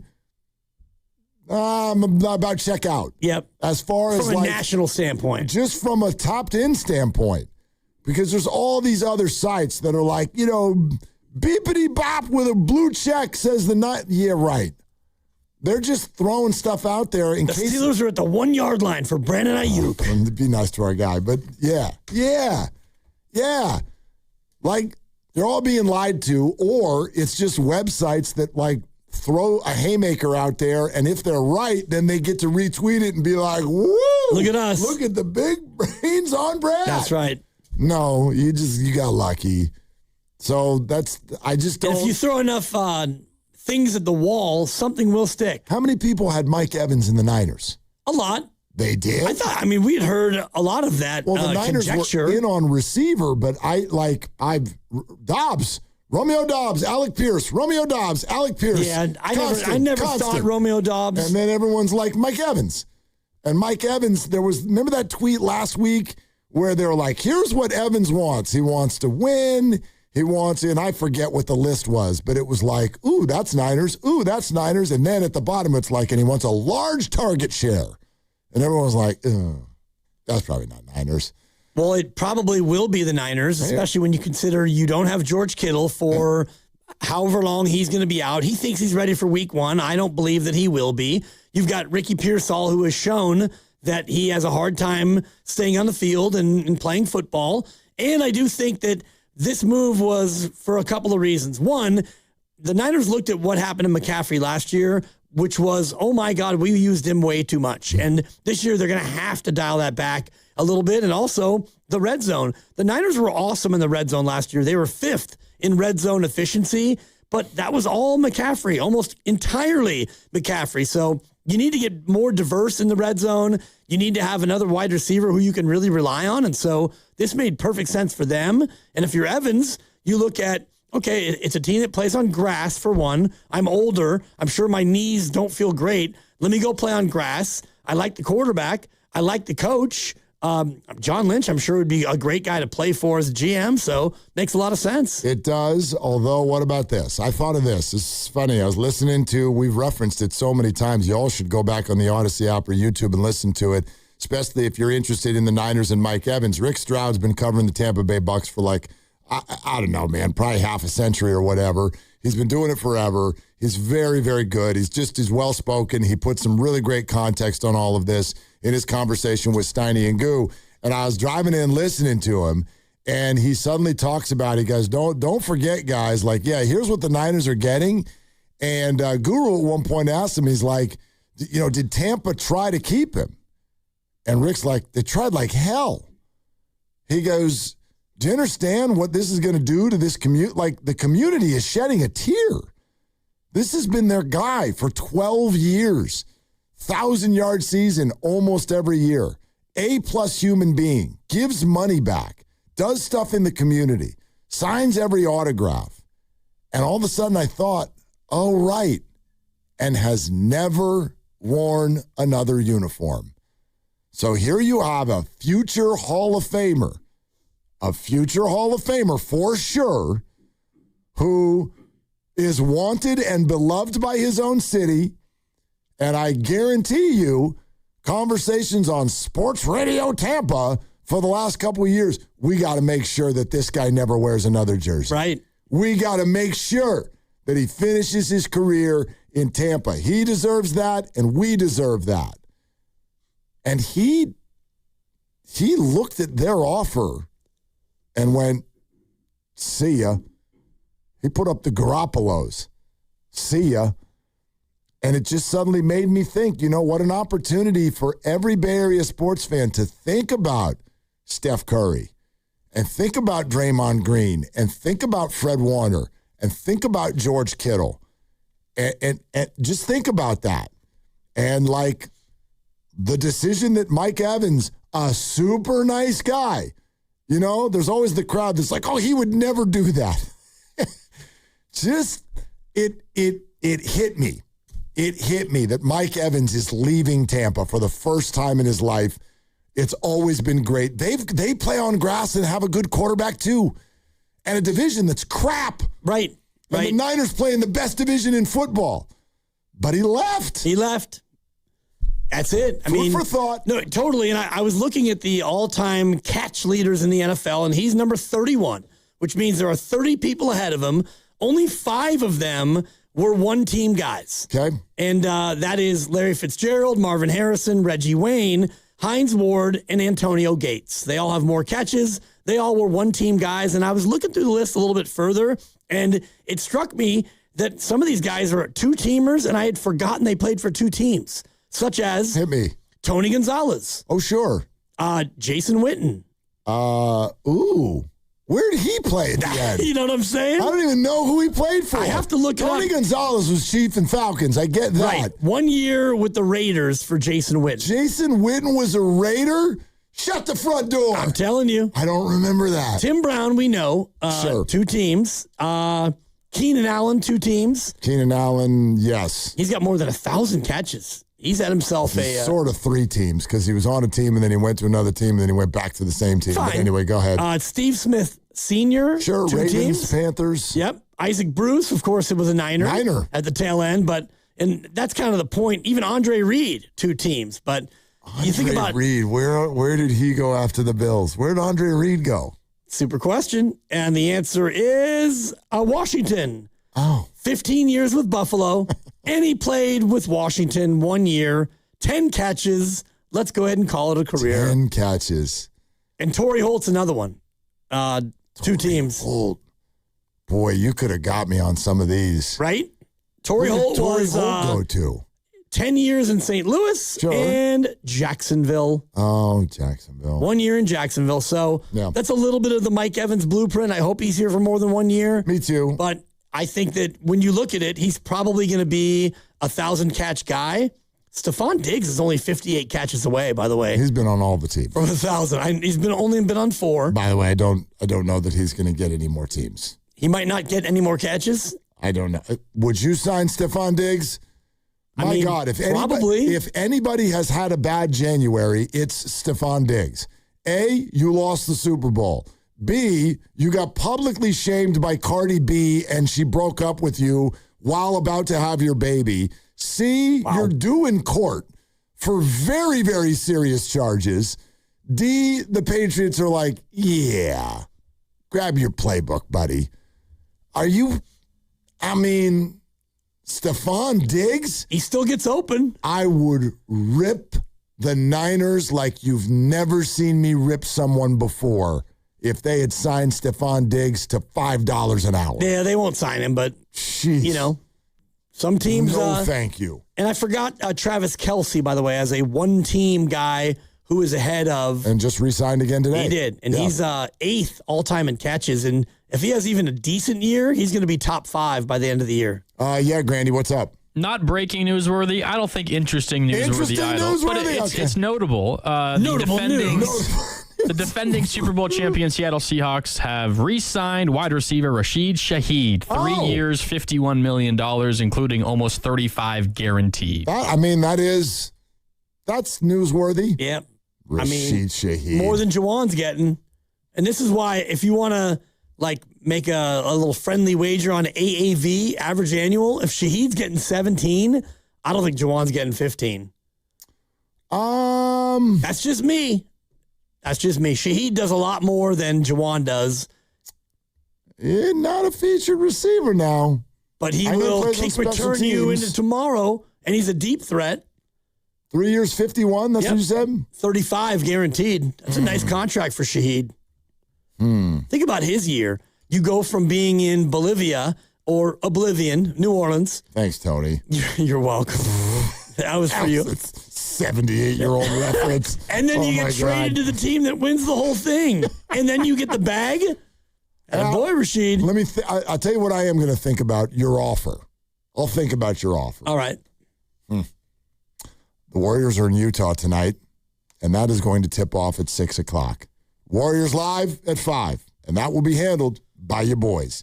And it is presented by Xfinity. Your home court advantage brought to you by Xfinity. Watch all your favorite teams all in one place. Xfinity, imagine that. And we're sponsored by LifeSource Water Systems. All right, we'll keep an eye on all things NFL free agency as news continues to come down, but our guy Nick Friedel is going to jump in with the Warriors coming up next on Willard and Dibbs. Free agency starts off with a bang. Breaking news involving the San Francisco 49ers. They have signed Mike Evans, wide receiver. Wow. Brock Purdy has his number one target. First and goal from the Dolphins 4. Mayfield throws, end zone, touchdown, Evans. A big play wide receiver is the first order of business for the Niners. What's next? No other place to be than your home for 49ers offseason moves. 95.7 The Game. LifeSource Water is celebrating their 42nd anniversary sale. Save up to $1,500 off the purchase of your new system. Call their local factory at 1-800-WATER-99 or visit LifeSourceWater.com. Ends March 31st. Warranty limitations apply. Bay Area homeowners, when it's time to upgrade, start with quality that lasts. Marvin designs premium windows and doors, crafted for performance, durability, and beautiful design. And right here in the Bay Area, you'll find Marvin at Ashby Lumber. For generations, Ashby Lumber has helped homeowners, builders, and remodelers choose the right solutions for projects done right. Whether you're replacing a few windows or planning a full remodel, visit Ashby Lumber in Berkeley or Concord, or learn more at ashbylumber.com and ask about Marvin. Here it comes. At T-Mobile, get the new Samsung Galaxy S26 Ultra with Galaxy AI. Okay, we don't need the trumpets. We know it's awesome. You even get a 5-year price guarantee. And the best benefits in wireless. A kazoo? Pre-order and get the new Galaxy S26 Ultra. Really? Nothing? Did I mention at T-Mobile there's no trade-in needed? Better. Guarantee excludes taxes and fees. Applies to monthly price of on-network talk, text, and 5G data on the Beyond plan. Benefits vary by plan. May require activation and are based on included perks. Exclusions and details at T-Mobile.com. Come on, kids. We're almost there. The map says straight ahead. One-a-day 50-plus multivitamins are made for your overall health, with nutrients to support your brain and muscle function. Because don't you want to make the most of each day?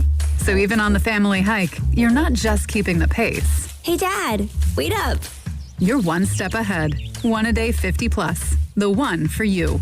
This statement has not been evaluated by the Food and Drug Administration. This product is not intended to diagnose, treat, cure, or prevent any disease. Bay FC fans, we're back. Home opener is Saturday, March 14th at 3:30 p.m. at PayPal Park versus Denver Summit FC. New coach, new signings, and new supporter groups bringing the noise. Flexible ticket options available now at bayfc.com. See you there. I'm Bob Burke, founder and chairman of Burke America Parts Group, a family of brands that includes RepairClinic.com, an appliance and HVAC parts solution company that's grown into an international brand. Before AmericanEagle.com, we partially launched a new technology platform developed by another firm. American Eagle helped take our technology to a whole new level with digital marketing, software development, and business insights into our key markets, appliances, HVAC, and outdoor power equipment, and did so both on time and on budget. AmericanEagle.com has the resources, experience, and talent needed to produce solutions. Our new technology platform, developed by AmericanEagle.com, has produced tremendous results with higher traffic, conversion, engagement, and online revenue. If you have any home repairs you need to take care of, check us out at RepairClinic.com.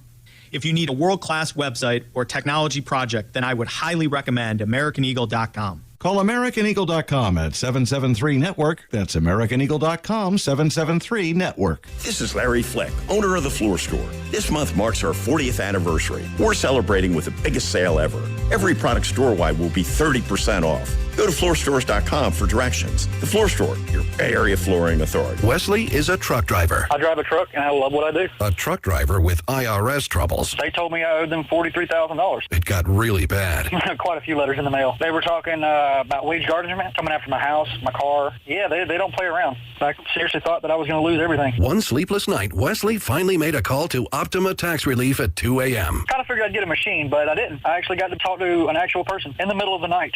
He found just what he was looking for. Oh, they were great people. You need a team of people that know what they're doing. Optima Tax, they know what they're doing. Optima Tax Relief came through with flying colors. I saved an incredible amount of money. Happy don't even come close. I was absolutely overjoyed. Take Wesley's advice. If you're in any kind of trouble with the IRS, call Optima Tax Relief. Don't trust anybody else. Call Optima for a free consultation. Call 800-708-5977. 800-708-5977. 800-708-5977. Optima Tax Relief. Some restrictions apply. For complete details, please visit OptimaTaxRelief.com. This is the story of the one. As a maintenance tech at a university, he knows ordering from multiple suppliers takes time away from keeping their arena up and running. That's why he counts on Grainger to get everything he needs, from lighting and HVAC parts to plumbing supplies, all in one place. And with fast, dependable delivery, he's stocked and ready for the next tip-off. Call 1-800-GRAINGER, click Grainger.com, or just stop by. Grainger, for the ones who get it done. Straight Talk Wireless presents Pickup Truck Wisdom. Trust is earned. That's why I've stuck with Straight Talk. Same price since 2009 on Verizon's 5G network. Cause shoot, anyone can make a promise. Keeping it for years, that means something. Now plans starting at $25 a month with 4 lines. Find us at straighttalk.com and Walmart. Straight Talk Wireless. Straightforward. Always. Same price claim applies only to the base monthly price of our $45 plan from October 2009 to present. Get 5 quarts of Valvoline Full Synthetic Motor Oil and a MicroGuard Select Oil Filter for just $36.99. Limit supply. O'Reilly Auto Parts. Wish your life came with a warning app? That dog does not want to be petted.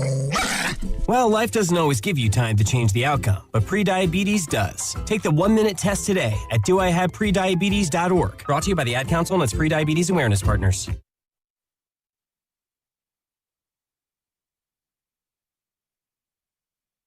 Now, back to Willard and Dibbs. I mean, Mark, it's so good to hear y'all's voices. And Mr. Dibbs, I mean, it's just been way too damn long. So it puts a smile on my face. On 95.7 The Game.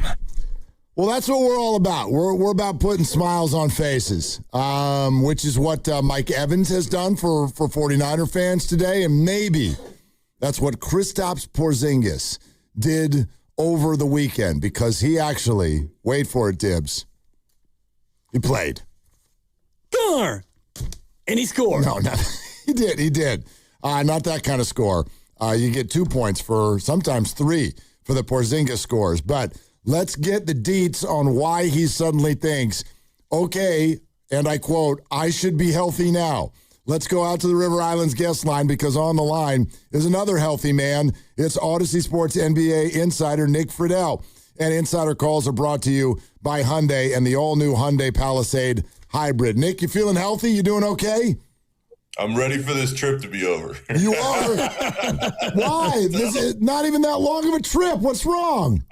Yeah, but it's a long trip at the end of a long year. And when you have those combo packs, Mark, when the East Coast swing that is the longest trip of the year and bounces all over the place coming, you get ready. But, you know, it's like we've talked about for years at this point. The job is still awesome. I love doing what I'm doing, but you start getting into these 3-game trips that go back and forth all over the place, and you go, okay, let's see what happens. Well, how about this? The Warriors will take care of your dinner tomorrow night. You don't have to cook. Is that okay when you get back from the trip? Yeah, well, I steer clear of that dinner. Let's just leave it there. Okay, I don't, but that's me. But anyway, all right, Nick, let's fire this thing up. Why does Kristaps now think he's now we're good? Now he's going to be healthy. Mark, you said the same thing after the trade went down in that press conference in L.A. So at this point, I understand why Kristaps is saying what he's saying publicly, but he's got to prove it. He's got to go out on the floor night to night, or taking these gap nights like tonight and playing tomorrow as long as he's feeling all right. And he's just got to keep playing. I thought he played all right in OKC the other night, and I think he's in good spirits, but he's got to show it. So I'm not really putting anything into what he said a few weeks ago, into what he said on Saturday night. He's got to show it. If he shows it, the Warriors will be in pretty good shape, because I think the rust will shake off. But given what's happened the last couple of years and the fact that he's only played 61 games in 2 seasons, that speaks louder than anything you could say right now. Is it impossible for him to, quote, show it enough to where they would want to keep him at a decent number? In other words, the only real question is, can he show up and play on the regular? Is that something that can't be proven the rest of this year? I think it can, Dibs, but it would have to start now. He takes his gap night tonight, and maybe he doesn't play in back-to-backs. So long as he's feeling all right, though, he's got to play in the rest of the games. So if he does that, then we can have that conversation in another 2 months or so, because I absolutely think he fits. I mean, you watch even that game Saturday night. He stretches the hell out of the floor. Guys, if you put Porzingis, when he is healthy, on a court with Steph Curry, the space that will be created for everybody else is all over the place. And he's a really good rim protector. I mean, his track record is what it is. But part of that track record right now is he can't stay out there because of these health issues. So, Dibs, if from right now at the beginning of March to the end of the year that there is a consistent rhythm of him playing, yes, I think he would show the organization and himself that he can be out there. But unless that happens, if it's me, no way am I staying in business on that front. We're hanging out with Nick Friedel, and Insider Calls are brought to you by Hyundai and by the all-new Hyundai Palisade Hybrid. Learn how it makes every day epic at HyundaiUSA.com. Some interesting comments that we're going to play for everybody a little bit later came from Draymond Green over the last 24, 48 hours. He was on the Unguarded podcast and essentially said he's very aware that everybody's watching his minutes and sort of making too much about it, because he states, and I'm paraphrasing, that he and Steve Kerr are completely on the same page in terms of when he should go in and when not. In fact, he often decides when he should go in and when not, and he's not worried about it at all. Is it all that copacetic? Is that how you're seeing it right now, Nick? Mark, I think with Draymond and Steve, their relationship is pretty solid. And I go back to that moment in time just before Christmas where they had that gigantic blow up. And then you've got Draymond leaving the bench, not coming back for a little while. Steve apologizing a day or two later on Christmas Eve. From that point on, I think they've been in a really good place. And if you take both guys at their words, which I do specific to this, I think they have been for a while, because they know they're kind of in it together with Steph. And before that with Clay before he left. So I think their relationship is fine. The question to me is, can Draymond show, I mean, Dibs, we were talking about Porzingis being able to show consistently he can stay on one level. Draymond has been really good these last few games, especially defensively. He's re-engaged. When you watch him on the floor, you don't see a guy who's kind of searching for his own answers. He's playing really well. And Mark, I don't think there's any question. He sees and hears what people are saying. I mean, he's human like everybody else. He knows that there are people that just don't think he should be out there, certainly at the same level anymore. I think it is motivating him, but he's got to show that night after night to win back that faction of the fan base that has already said, all right, we don't want this anymore. But as he also pointed out, and I'm sure you guys will get into that later as well, he's sitting there saying, well, those people really don't love me anyway because they weren't following a good team before Steph and I got here with Clay. So there are a lot of layers in play, but I actually think Draymond right now is in a really good place mentally with his game, and he's playing well. And we should note that given how many times it's noted when he's not. Yeah, and he's playing especially well when he has a challenge. And I wonder about tonight where, Utah, it's going to be a who's who as opposed to a who's who when you face an actually good team. Is it pretty clear to you that, when Draymond has a tough challenge ahead of him that night that he's going to be much better? There's no doubt. He gets up for those games when he knows it's Kevin Durant on the other side. It's Wemby. The other night, it was the defending champs. He's well aware. And, Dibs, I think it is a good point because when you look at this game tonight, oh, boy, there are not a lot of motivational challenges to be had. But I would say this. So often in the last couple months, when we've had our conversations in time, we're talking about a mess, basically, that the Warriors are kind of just going through a funk and you're not sure what's going on off the floor. Guys, in the last couple weeks, no matter who has been out there, this team is playing really hard. I'm watching it night to night.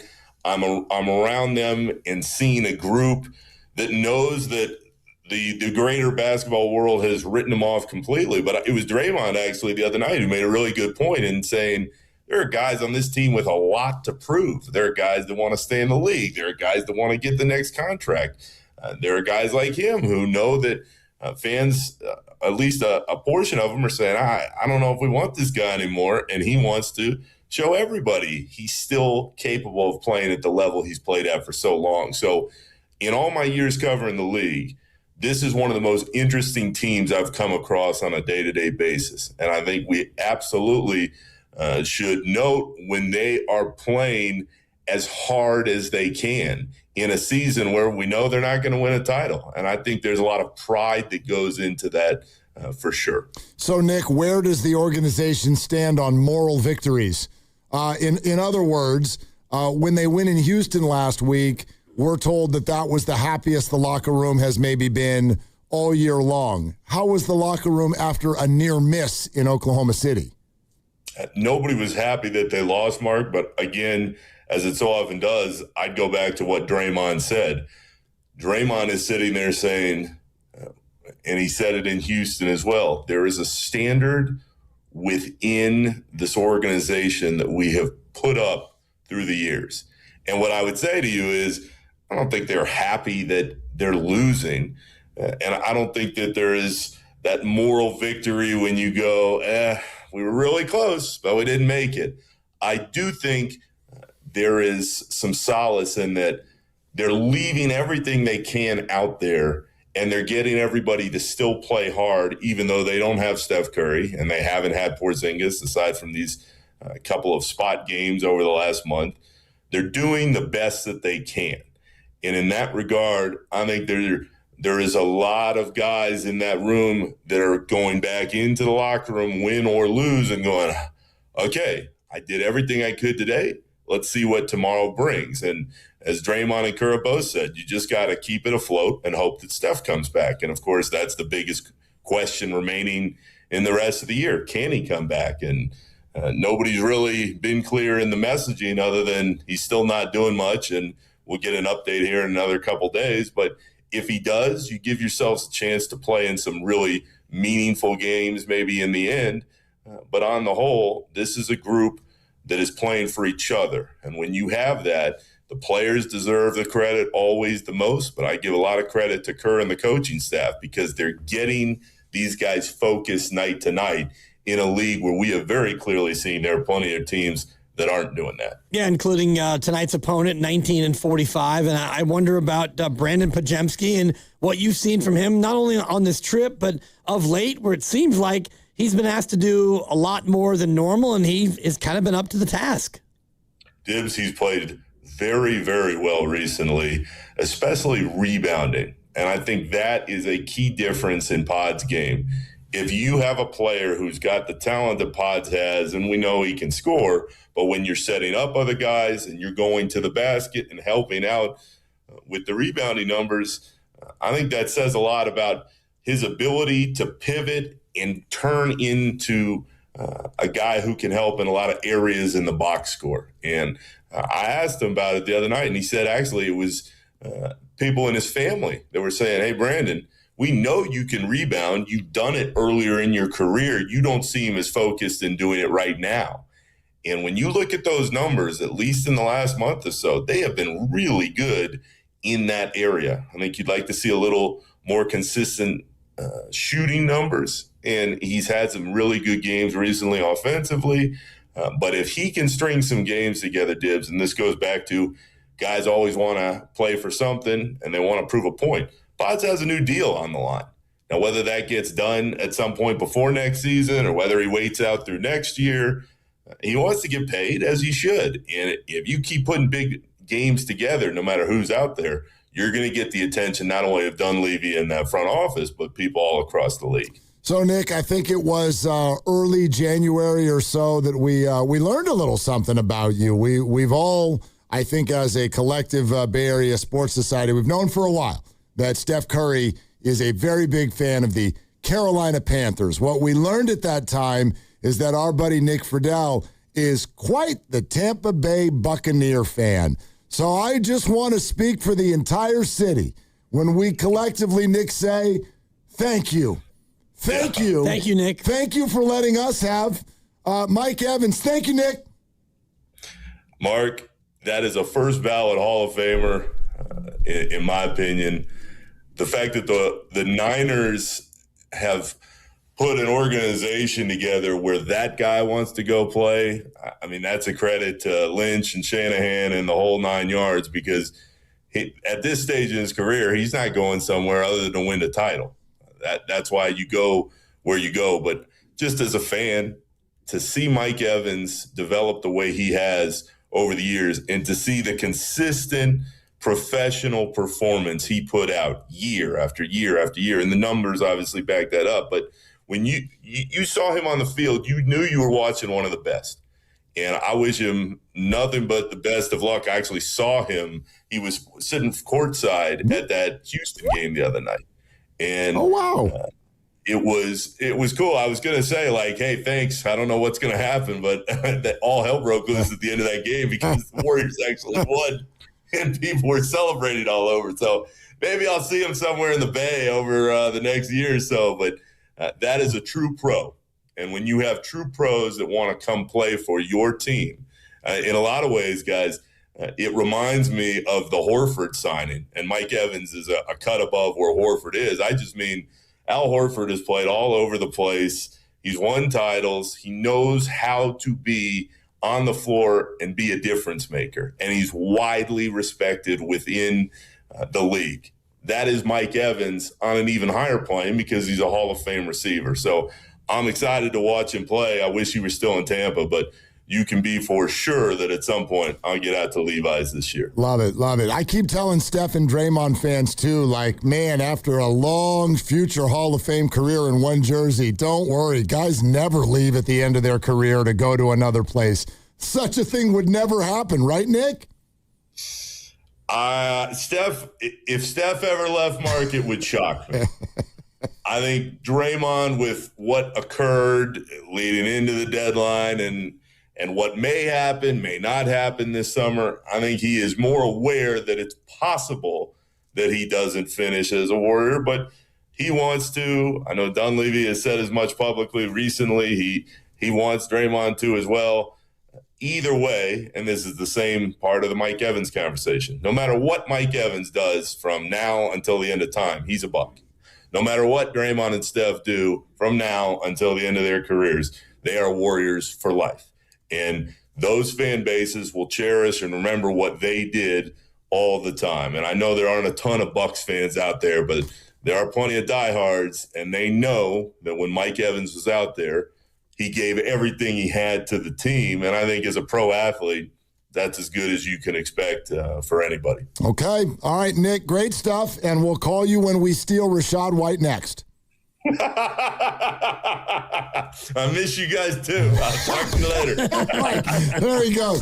See you, buddy. Travel safe. That was Odyssey Sports NBA insider Nick Friedel. Insider calls are brought to you by Hyundai and the all-new Hyundai Palisade Hybrid. We plucking the bucks. That's what we're doing here. Pluck the bucks. That was your thing from the crossover, and it's catchy and it's funny. But yeah, Rashad White, come on out and join the team as well. But yeah, it's going to be interesting to see Draymond Green tonight against the Utah team because, I mean, how is he going to get motivated for Utah in March?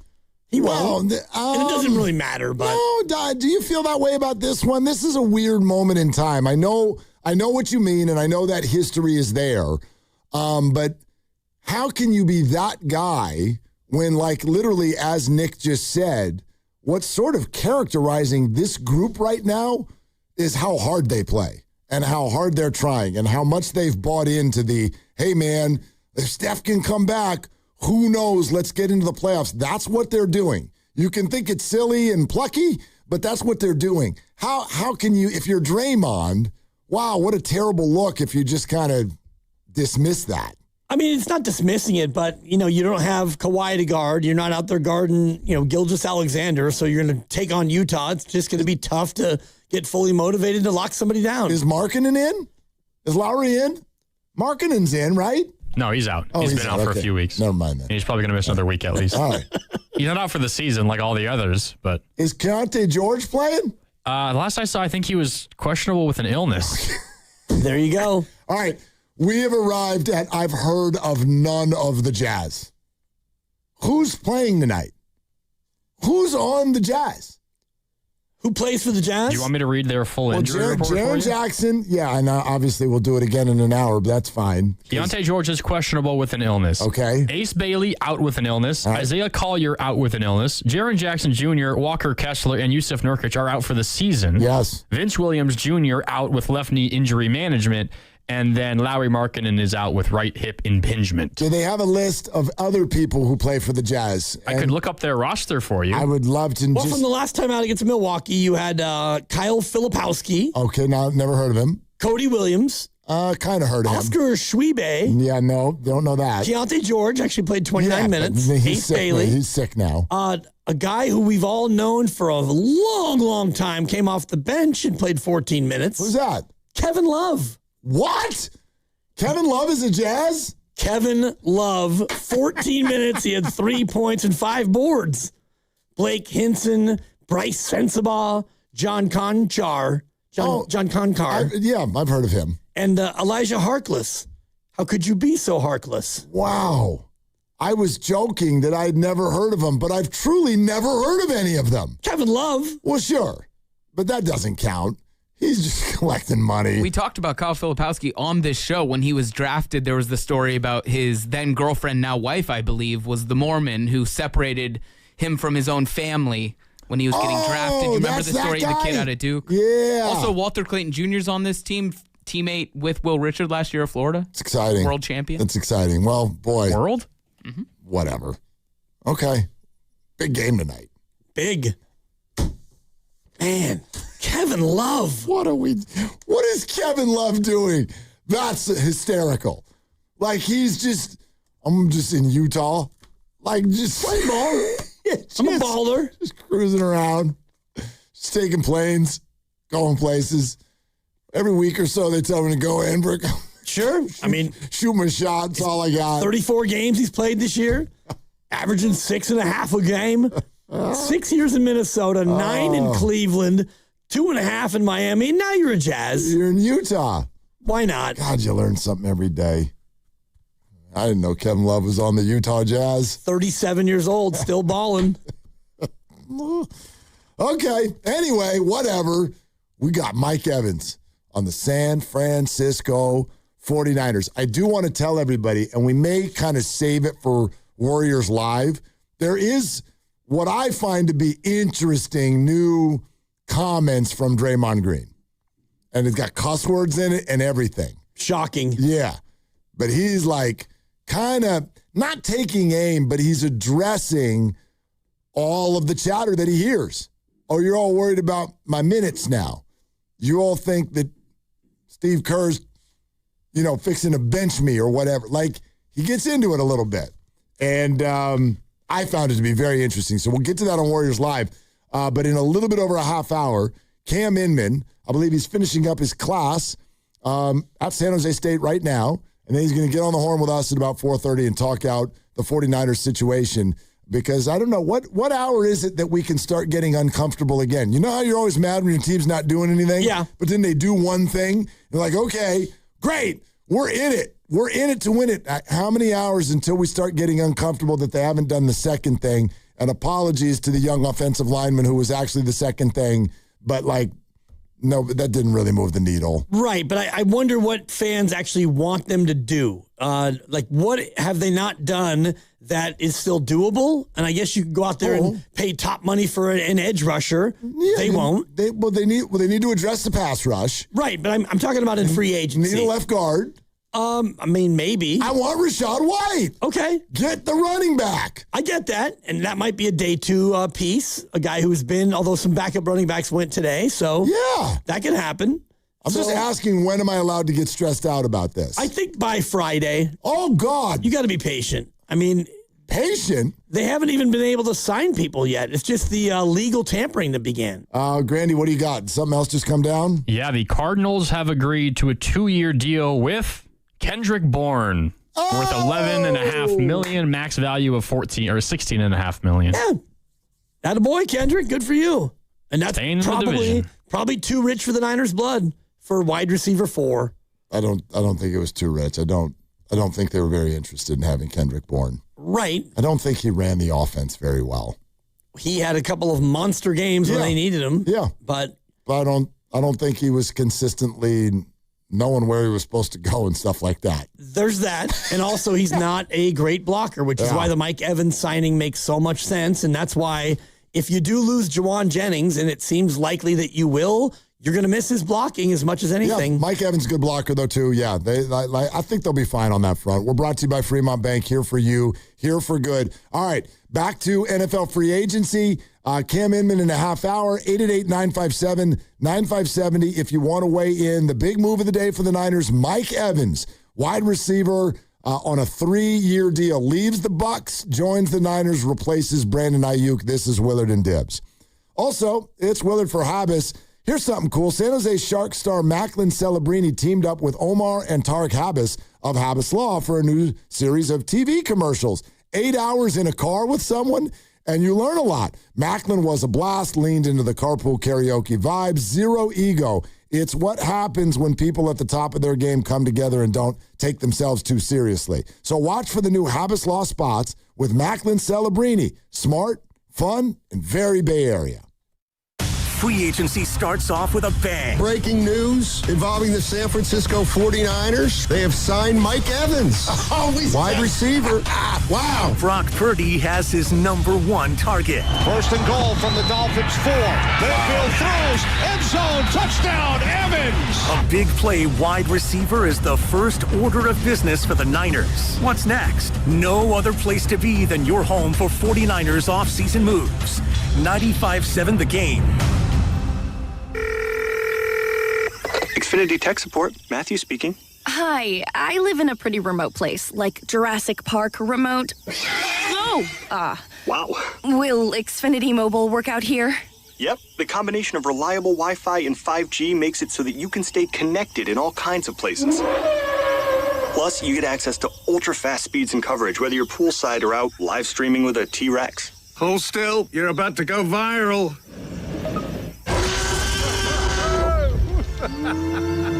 Welcome to a new era of Wi-Fi boosted mobile. Cut your mobile bill in half with 2 lines of unlimited.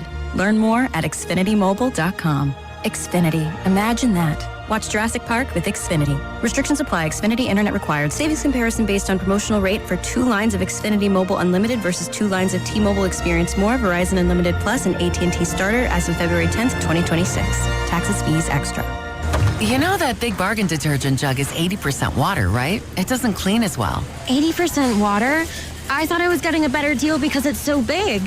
If you want a better clean, Tide Pods are only 12% water. The rest is pure, concentrated cleaning ingredients. Oh, let me make an announcement. A Attention shoppers, if you want a real deal, try Tide Pods. Stop paying for watered-down detergents. Pay for clean. If it's gotta be clean, it's gotta be Tide Pods. Water content based on the leading bargain liquid detergent. Staples presents That Was Easy. So I own a coffee shop, and I wanted to label everything with our logo. That's ambitious. Cups, boxes, bags. Ooh, that'll add up. Not at all. Because right now, Staples prints custom labels for 30% off. 30% off? That's shockingly affordable branding. Yep. Now our logo and URL are seen all over town. Brand your business for less at Staples. That was easy. Shop Staples in-store, online, or in the app by 4/4 to unlock. Exclusions apply. Visit staples.com/print for details. Visit Freeman's Appliance in Pleasant Hill March 27th through March 29th for their once-yearly red tag clearance sale. Take advantage of one-of-a-kind opportunities on floor models and factory direct pricing. Visit Freeman's Appliance red tag sale for the best time to save big on new appliances for your home. Here it comes. At T-Mobile, get the new Samsung Galaxy S26 Ultra with Galaxy AI. Okay, we don't need the trumpets. We know it's awesome. You even get a 5-year price guarantee. And the best benefits in wireless. A kazoo? Pre-order and get the new Galaxy S26 Ultra. Really? Nothing? Did I mention at T-Mobile there's no trade-in needed? Better. Guarantee excludes taxes and fees. Applies to monthly price of on-network talk, text, and 5G data on the Beyond plan. Benefits vary by plan. May require activation and are based on included perks. Exclusions and details at T-Mobile.com. And now an ode to play. Brought to you by Scratchers and the California Lottery Philharmonic. Take a time out from your busy day for a quick moment of play. Get some scratches, then get scratchy. You deserve it, won't you say? Scratch, scratch, scratch, scratchy, scratchy, scratchy, scratch, scratch. Feel the play and up your game. Scratchers from the California Lottery. A little play can make your day.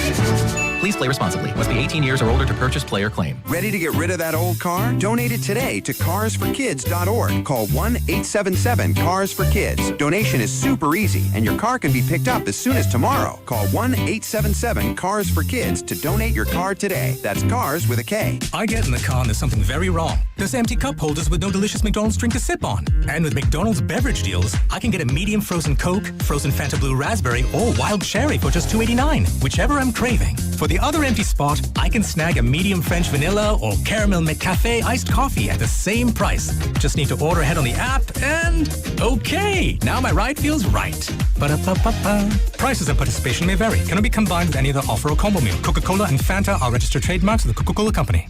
For years, Gone South has been a podcast about crime in the American South. But for our new season, we're widening the lens.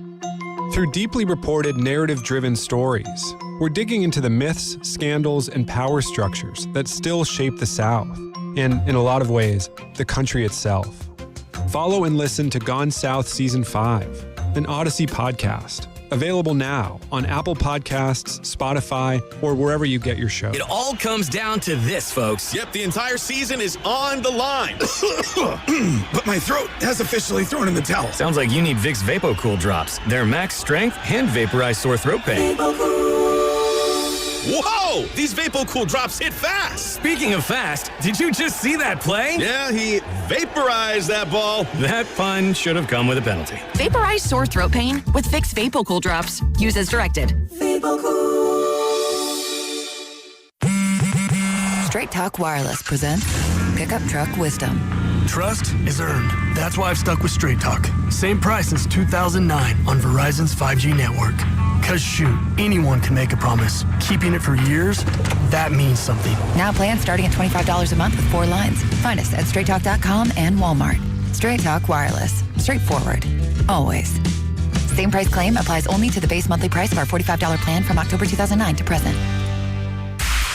You're listening to 95.7 The Game, KGMZ-FM and HD1 San Francisco on Odyssey Sports Station and the home of the Golden State Warriors and Valkyries. Always live on the free Odyssey app and now coming to you live from the Laughing Monk Studios.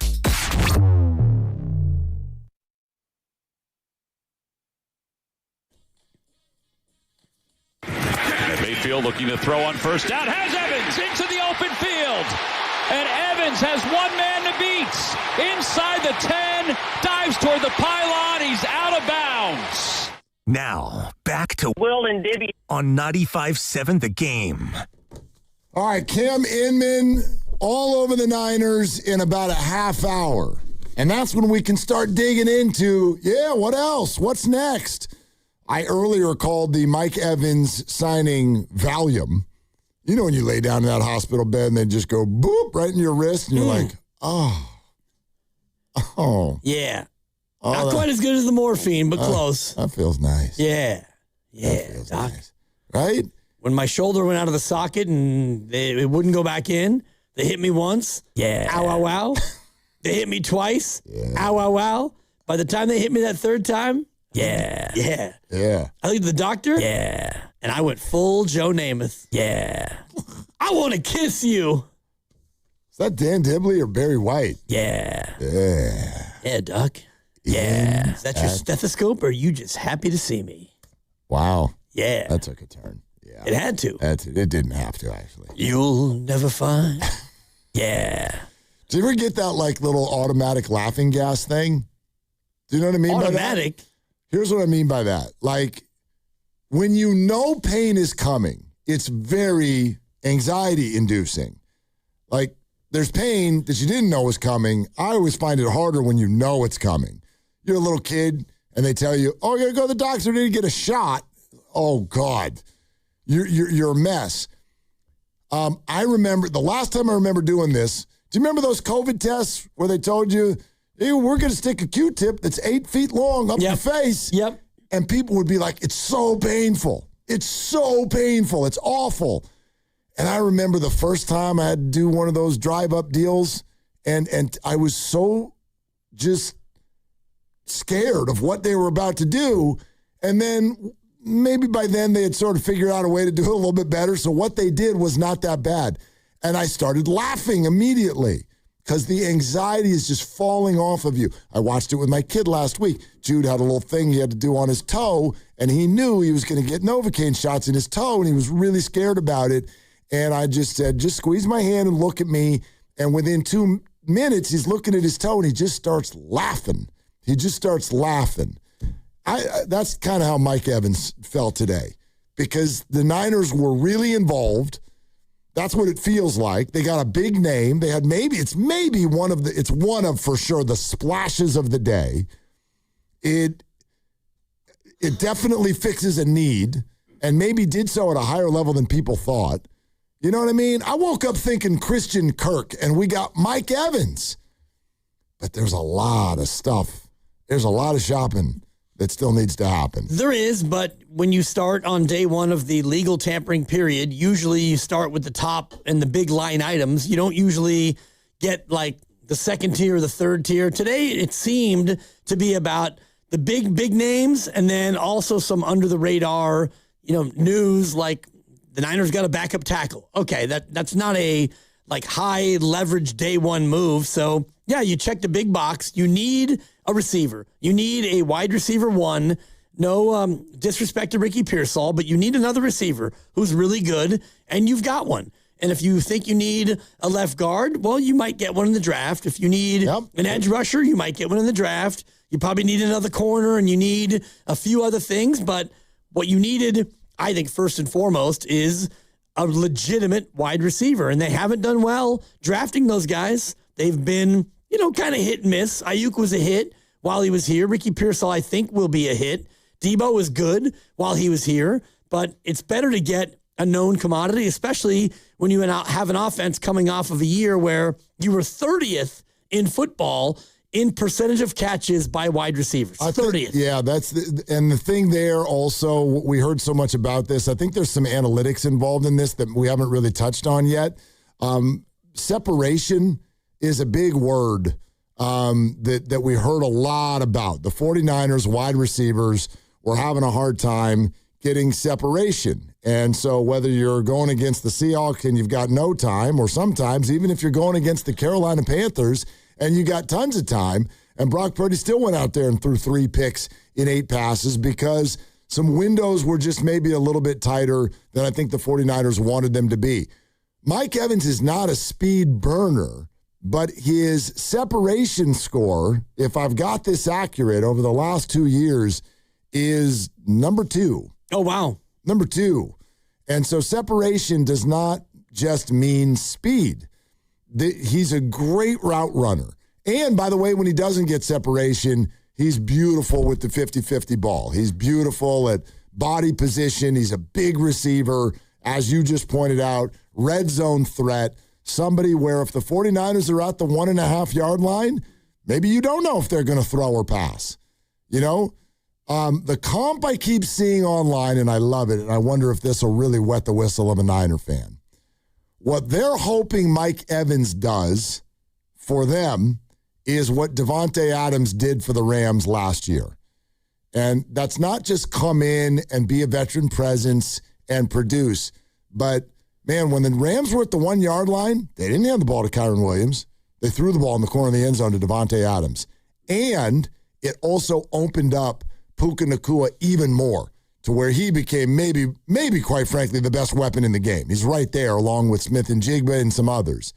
But I think the hope is if they can get health out of Mike and Ricky Pearsall, that maybe it will have the same kind of effect as Davante Adams had in L.A. Yeah, and they need to do more, I think, of a diverse thing in the red zone especially. And McCaffrey last year, 17 red zone touchdowns of the 49ers, 43. 43 red zone touchdowns is a lot. They were top 5 in red zone percentage, so it wasn't that they weren't good in the red zone, but when you scored almost half the time, you gave it to Christian McCaffrey. So you can't really rely on that again this year. He had so many touches last year. You need to have more of a diversified approach, especially without a full year of George Kittle. And you're going to have, a tight end who's going to be in there, and hopefully they can be productive. But you only had 7 touchdowns by wide receivers in the red zone, and they all were Juwan Jennings. Yep. And those touchdowns are probably walking out the door. So it would be nice to have an offense where, like you're saying,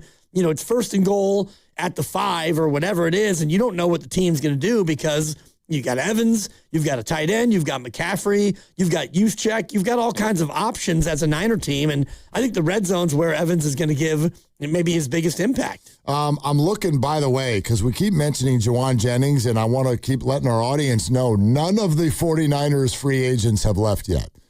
I think you're right. Jennings, to me, that he's a goner. But nobody has signed him yet. Juwan Jennings, Yetur Gross-Matos, Cleveland Farrell, Jordan Elliott, Kevin Givens, Spencer Burford. Let's see, where else? Jason Pinnock. Like a lot of Brian Robinson. Nobody's left yet. The 49ers have not lost a free agent yet. And oh, by the way, tucked into the weekend, I can't believe we forgot to mention this. The Niners did actually make a move already before we even got here today. Yeah. 4-year contract. Eddie D. Eddie D. My man got his money. There you go. Eddie Pinheiro. And it's not actually a 4-year deal because it's a kicker deal and it's the Niners and all of those things that they can back out of it. But Eddie Pinheiro is going to be the 49ers kicker going forward for the foreseeable future. It's pretty awesome. And Grandy just pointed out in my ear that Kendrick Bourne signing moments ago was the first one. Oh, that's free agent-wise. So thank you, Grandy, for jumping in my ear with that. I give you full credit. But aside from that, I think that you're going to see a lot of those players move on. I don't know how many of them the Niners will retain. Feels to me that if you are going to retain one of your own, you probably button it up early, or that player thinks that they can get money elsewhere, and if they don't get more money elsewhere, maybe then they come back. So I don't know if any of those guys would fall under that category, but all the guys you named to me weren't really, marquee free agents anyway. So I'm sure teams are slowly working their way down the board, and by tomorrow or Wednesday, you'll start to see some of those Niners go elsewhere. Yeah, and I like any of those names that I mentioned, does that hit anybody in any sort of a way? You know what I mean? The Dre Greenlaw thing last year where you're like, no, don't lose him. I think there's a little bit of that with Juwan, but I think we've settled with it. And I kind of went through all last year thinking, probably his last year here. The way that negotiation went last August, it felt like the two sides kind of looked at each other and went, look, let's stay together for the kids until the kids leave for college. And then the kids left for college, and it was time. If the Niners really wanted to be in the Juwan Jennings business beyond last year, they would have handled that in August. Or same goes the other direction. Juwan would have, I don't know, he would have taken whatever the hell they were offering, which he didn't do. And I wonder, wouldn't you love, I'd love to know what the Niners were offering and what he didn't take, and then put it up against wherever he goes next, because he is got a little teeny bit of Draymond in him, where he had such a specialized deal with the 49ers and third in Juwan and all of that. I'm really curious to see how he's deployed wherever he goes next. I think he'll be deployed in a lesser fashion, and that's going to be the challenge for Juwan Jennings, because I think that his true value for the 49ers was in his feistiness. And you talked about the Draymond comp. That's not a bad one, because Juwan Jennings is a willing blocker, and when he's out there running routes, he's going to catch it, and he's going to seek to inflict some pain. And you think about the wide receivers they've had, Deebo Samuel, same way, cut from the same cloth. And even Christian McCaffrey is a guy who doesn't shy away from contact. So I think that the Niner way, quote unquote, is very physical, and it's kind of that style. And so when you think about who you're going to have, Mike Evans is a great example. He's a guy who's a very physical wide receiver, a willing blocker. And so Juwan Jennings will need to go to a system that has kind of the similar style, because he's not a speed burner. He's not a big-time separator. You were talking earlier about separation and routes. Mm-hmm. He's a very capable receiver, but honestly, he's probably mostly a wide receiver 3 for a team. I don't think he's going to be anyone's number 1. He won't be there, too. That's how the 49ers envisioned him also. Right. But he probably wants to go out and get, more money and more touches and the rest of it. That's always that classic thing, and I think that's what Juwan got stuck in. Juwan comes out of, not this last year, but he comes out of 2024 essentially an 1,000-yard receiver. I know he finished a few yards short because he got thrown out of that last game against the Arizona Cardinals, but he essentially put up 1,000 yards. And then he goes into the negotiation into August, and he's got the, air quotes, calf strain. And then he goes into last year, and he doesn't go for 1,000 yards, but he becomes, again, one of the 49ers' top performers at the wide receiver position, but it was often because of everything collapsing around him, right? The year before, Ayuk gets hurt, Deebo's in and out of the lineup, Ricky Pearsall is shot. This year, Ayuk never shows up, Pearsall misses half the year. They're like grabbing wide receivers off the scrap heap every other week. Kendrick Bourne, Russell Gage, who knows who they're throwing in there. And so Juwan performs again, but he wants to head out into the market with those numbers. And the Niners are looking at it going, yeah, but wouldn't it mean for you to have those numbers? Yeah, right. You got those numbers. No choice. Well, right. So, we actually would have thrown it to other people if they were healthy, but they weren't healthy. So we're not going to pay you. The Niners are probably right in this one. They probably are. I hate saying that. I love Juwan Jennings. God, I love what he did for the Niners. What a great teammate. What a hard worker. Played through broken ribs. Great blocker. He's just, Kyle Shanahan even said it last year. He's all the things that you want in a 49er. But he probably is out there with his agent shopping based on numbers that were circumstantial. Yeah, everything's circumstantial, and that's where, you're going to shop those numbers. But if you watch football, as all these GMs do, you're going to see situationally the reality of the situation, which was, all right, no Ayuk all year. You mentioned Pearsall, who wasn't able to play that much. Robinson was suspended early. You had a little flash of Kendrick Bourne, and beyond that, Juwan Jennings was one of the only mainstays. But at the same time, you also have to look at the fact that he played through 5 broken ribs throughout a majority of the season, and he is a willing blocker, and he's a guy not afraid to mix it up. So I definitely think there's a fit out there for him on a certain team. I don't know what team that will be. So it's up to the agent to not only shop the numbers, but shop the tape as well. And that's partly why I'm fascinated by this Mike Evans thing, because, he comes here and he realizes, look, they're not going to have Jennings probably. Ayuk is going to be gone. So I'm going to get whatever touches I want. I'm going to get the lion's share of catches, whatever catches that he wants or targets. He's going to get his share. The Niners don't throw it a ton, although Last year, they threw it more than they normally do. I think they're going to need to keep doing it more and more. And you got Ricky Pearsall, who's a good young receiver. And beyond that, you've got Demarcus Robinson and not much else. So as far as Mike Evans goes, you have a Shanahan offense. You have a quarterback who's now paid and who he's shown to be, better than top half. He's top 10, I think. He's probably not top 5, but he's good enough. And the system is great. And so it becomes an easy place to go for Mike Evans. I want to, this is going to keep coming up. I love, we'll see where it goes next, but I love the potential of this wide receiver room.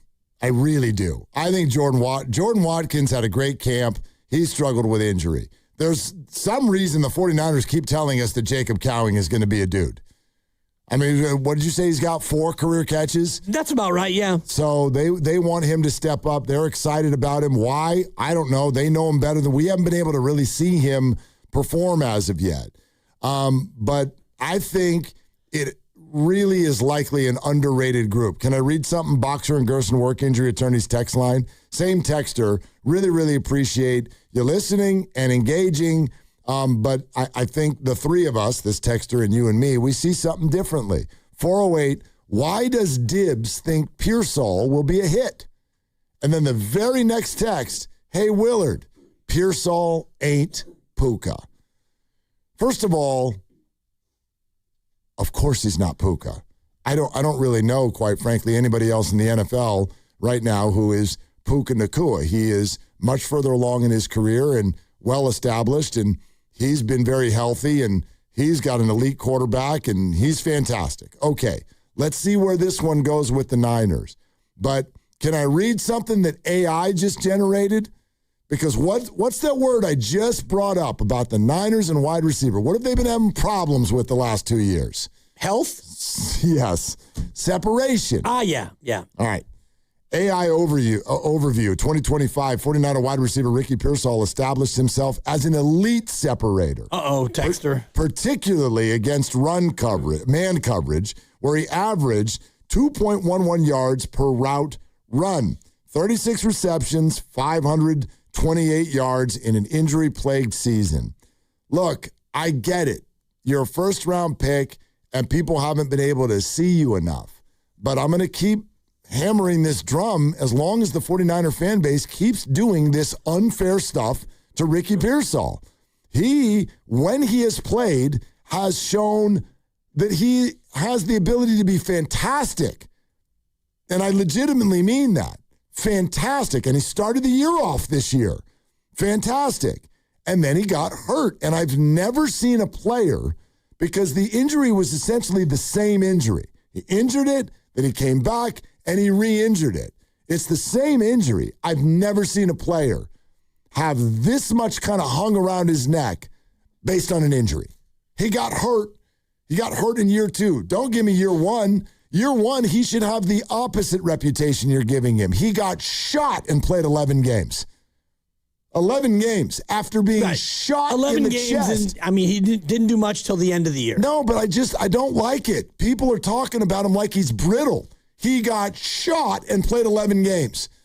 I am so in on Ricky Pearsall. I couldn't be more in on Ricky Pearsall. I'm in when he's in, but he's out a lot. And last year he was out a bunch, and he hurt his knee, and he came back, and he hurt his knee, and he had a hamstring, and he had injuries in college. And so I'm just not that bullish on his ability to play 17. I don't know. Like, I guess my point is I don't see you and many others doing that to players who have, like, Brock Purdy played the same number of games Ricky Pearsall did. Right. And has been hurt before. Brock Purdy's got, a kind of a similar challenge in that he needs to show that he can stay healthy and play a full year. George Kittle, I get, is older, but this guy had 2 major injuries last year without being touched. But he's got many, many seasons that he's stacked of 15, 16, 17 games. Okay. Only 2 years has he played fewer than, I think, 13. Again, my point is that for Ricky, 1 injury. I don't know, bringing up camp injuries, like Juwan was hurt in camp, supposedly. He missed the entire thing. Like Ricky, he got shot. and he missed the first 6 games. Because he got shot. He came back and he had 3 good games, and then he had 0-0-0-1-1 in 5 straight weeks of catches. That's because he's a rookie. He wasn't getting that, but he was playing. He was active. Right. He was active, but he was, a non-factor. Yes, and that was after he came back from the gunshot. He's a rookie, and he missed camp and the first half of the year because he got shot. But you came back and had 3 pretty good games, and then you had 5 really nothing games. Yeah, he wasn't like, I'm just saying that to use the gunshot for, okay, fine, you got shot, and you missed the first 6 games. I can't imagine what it's like getting shot. He came back and he played football. Yeah. And when he played football, he was mostly inconsistent his rookie year. He had 3 good games, 5-0 games, and he ended the year with an absolute bang, no pun intended. And then last year, okay, Ricky, let's roll up the sleeves. 4 games, got hurt, came back, played 3 games, missed a game. This is Kyle's system. How many years did it take Brandon to pop? How many years? Maybe 2? Yeah. Well, If that. I mean, he had a monster year his second year. No, he didn't. His He rookie was in year. the doghouse his second year because he went for 700 yards and came back with an attitude. They benched him. 700 yards his rookie year. Yes. Okay. Yeah. And then he had 826 the next year. Yeah. So, that's. But he doghoused him for the first half of the year. And he still had 826 yards. Great. I just don't. Look, I'm just giving you my take. I don't get it. Yeah. I've seen people get hurt 5 more times than Ricky has and not be called injury prone. In my mind, one. The guy got shot. That's a set aside. Came back this year, started off amazing, got hurt. Happened to half the roster. I think that he can be good, but until he's able to go out there week after week and show me, I'm going to be cautiously, I'm going to be more of a doubting Thomas. You feel that way about Bosa? About Nick Bosa? Yeah. You feel that way about Fred? He got hurt both the last 2 years. Well, last year he got hurt. He played, did he not?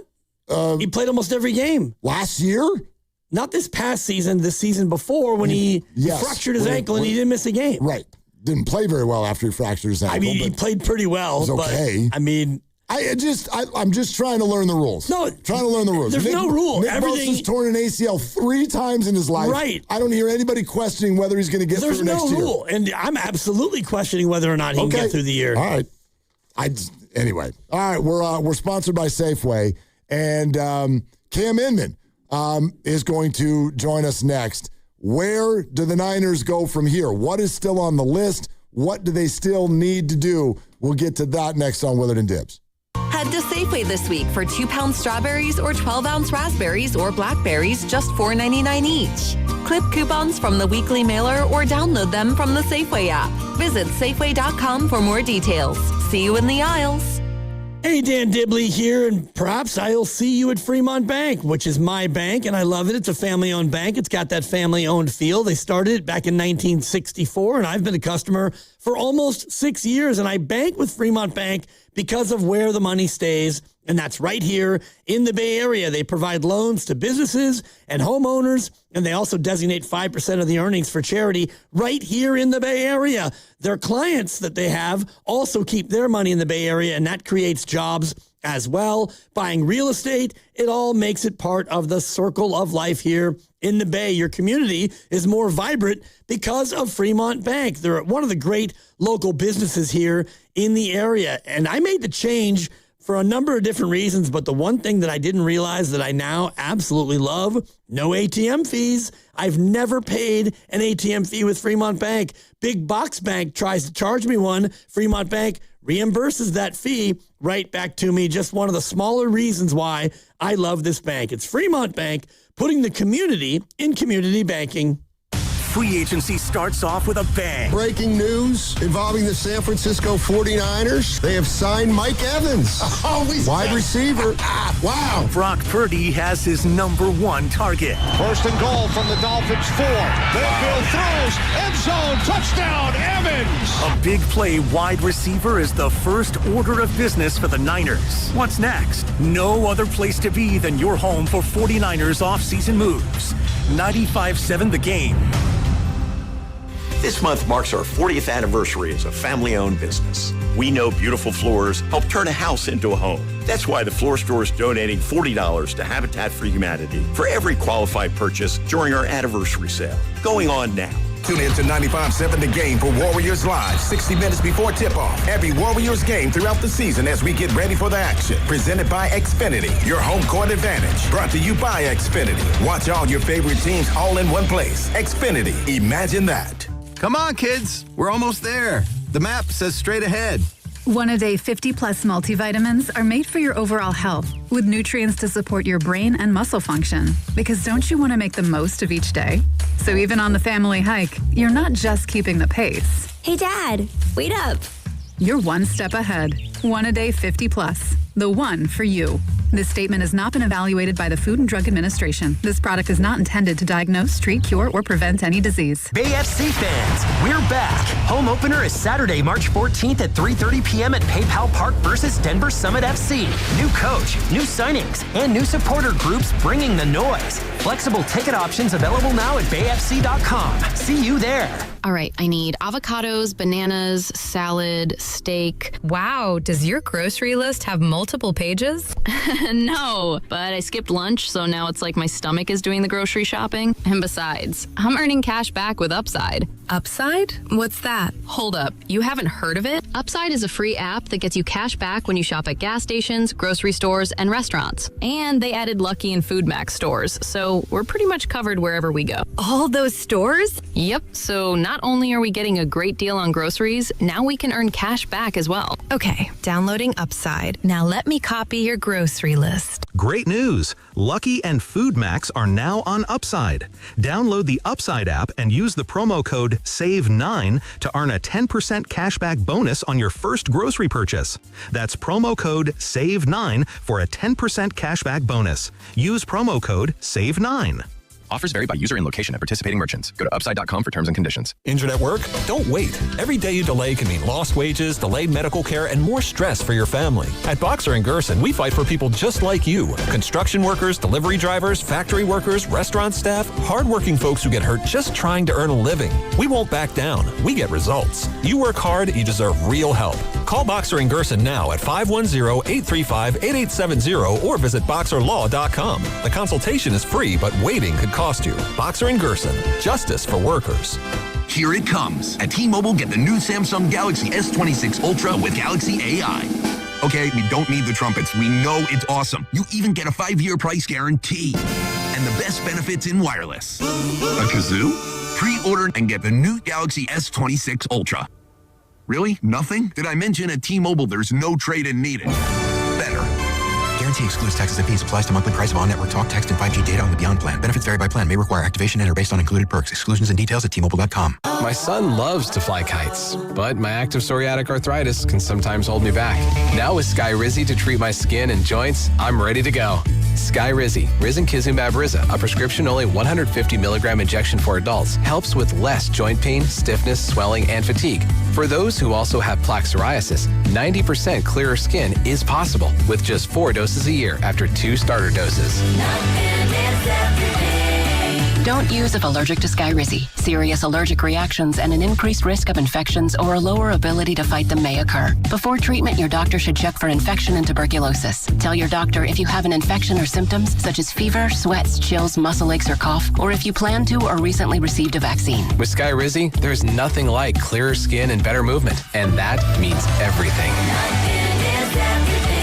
Ask your doctor about Skyrizi today and visit skyrizi.com or call 1-866-SKY-RIZI to learn more. Hayward Union City, mid-60s, warmer by Wednesday. Weather brought to you by Duke's Mayo. Welcome to Duke's Mayo Country, where the mayo is so smooth and creamy, it makes every bite better. Duke's Mayo. Look for the yellow lid. All Elite Wrestling returns to San Jose for one night of live action on March 11th at the San Jose Civic. See the best spectacle in wrestling with a double down of Dynamite and Collision. For more info and chance to score tickets, courtesy of All Elite Wrestling, visit 957thegame.com.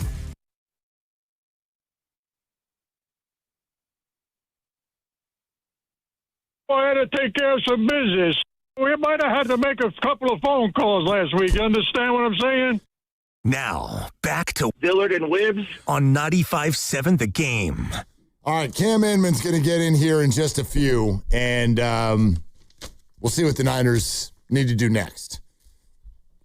The grinding, Mark. Grinding.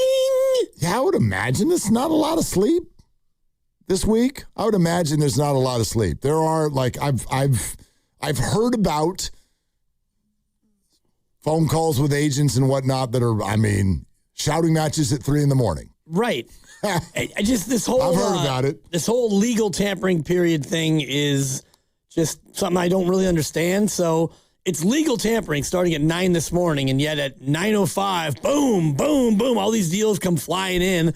I guess it's the team talking to the agent, and the agent talking to the player, because the team can't talk to the other player because that would be illegal tampering. So the whole thing about, you can't talk to anybody. Legal tampering starts at 9 a.m. and at 11:45, Mike Evans is a Niner. They've kind of adjusted those rules a little bit, though, through the last few years. They've loosened up the reins on this a little bit, I thought. To an extent. We know in NBA free agency, for example, it hits that midnight, and by 12:01, there's signings. And you're not even supposed to have been able to talk to each other. It's like, wow, that was a great free agent pitch. It took 32 seconds. So we know people are all talking to each other, obviously, right? We're about to talk to somebody. We're about to talk to Cam Inman on the River Islands guest line. Are we in the legal campering portion of the show? 2. Okay. Yeah. I think that probably went over some people's heads. Much like my grinding reference went over yours. No, it didn't. I got that one. I just didn't happen to be in a laughing mood at that moment. It doesn't happen often. Anyway, Bay Area News Group, Cam Inman, all over the 49ers, and just done with his class at San Jose State, where no doubt he has groomed his replacement. Does that sound about right, Cam?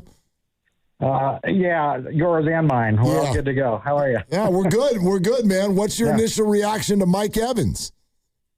That is I always thought the 49ers, they like to, hang their hat on at least one big signing every offseason. And, last year's free agency, Luke Farrell was not the guy, even though Mac Jones turned out to be a pretty good signing. But they spent their money on Brock and extending Fred and Kittle.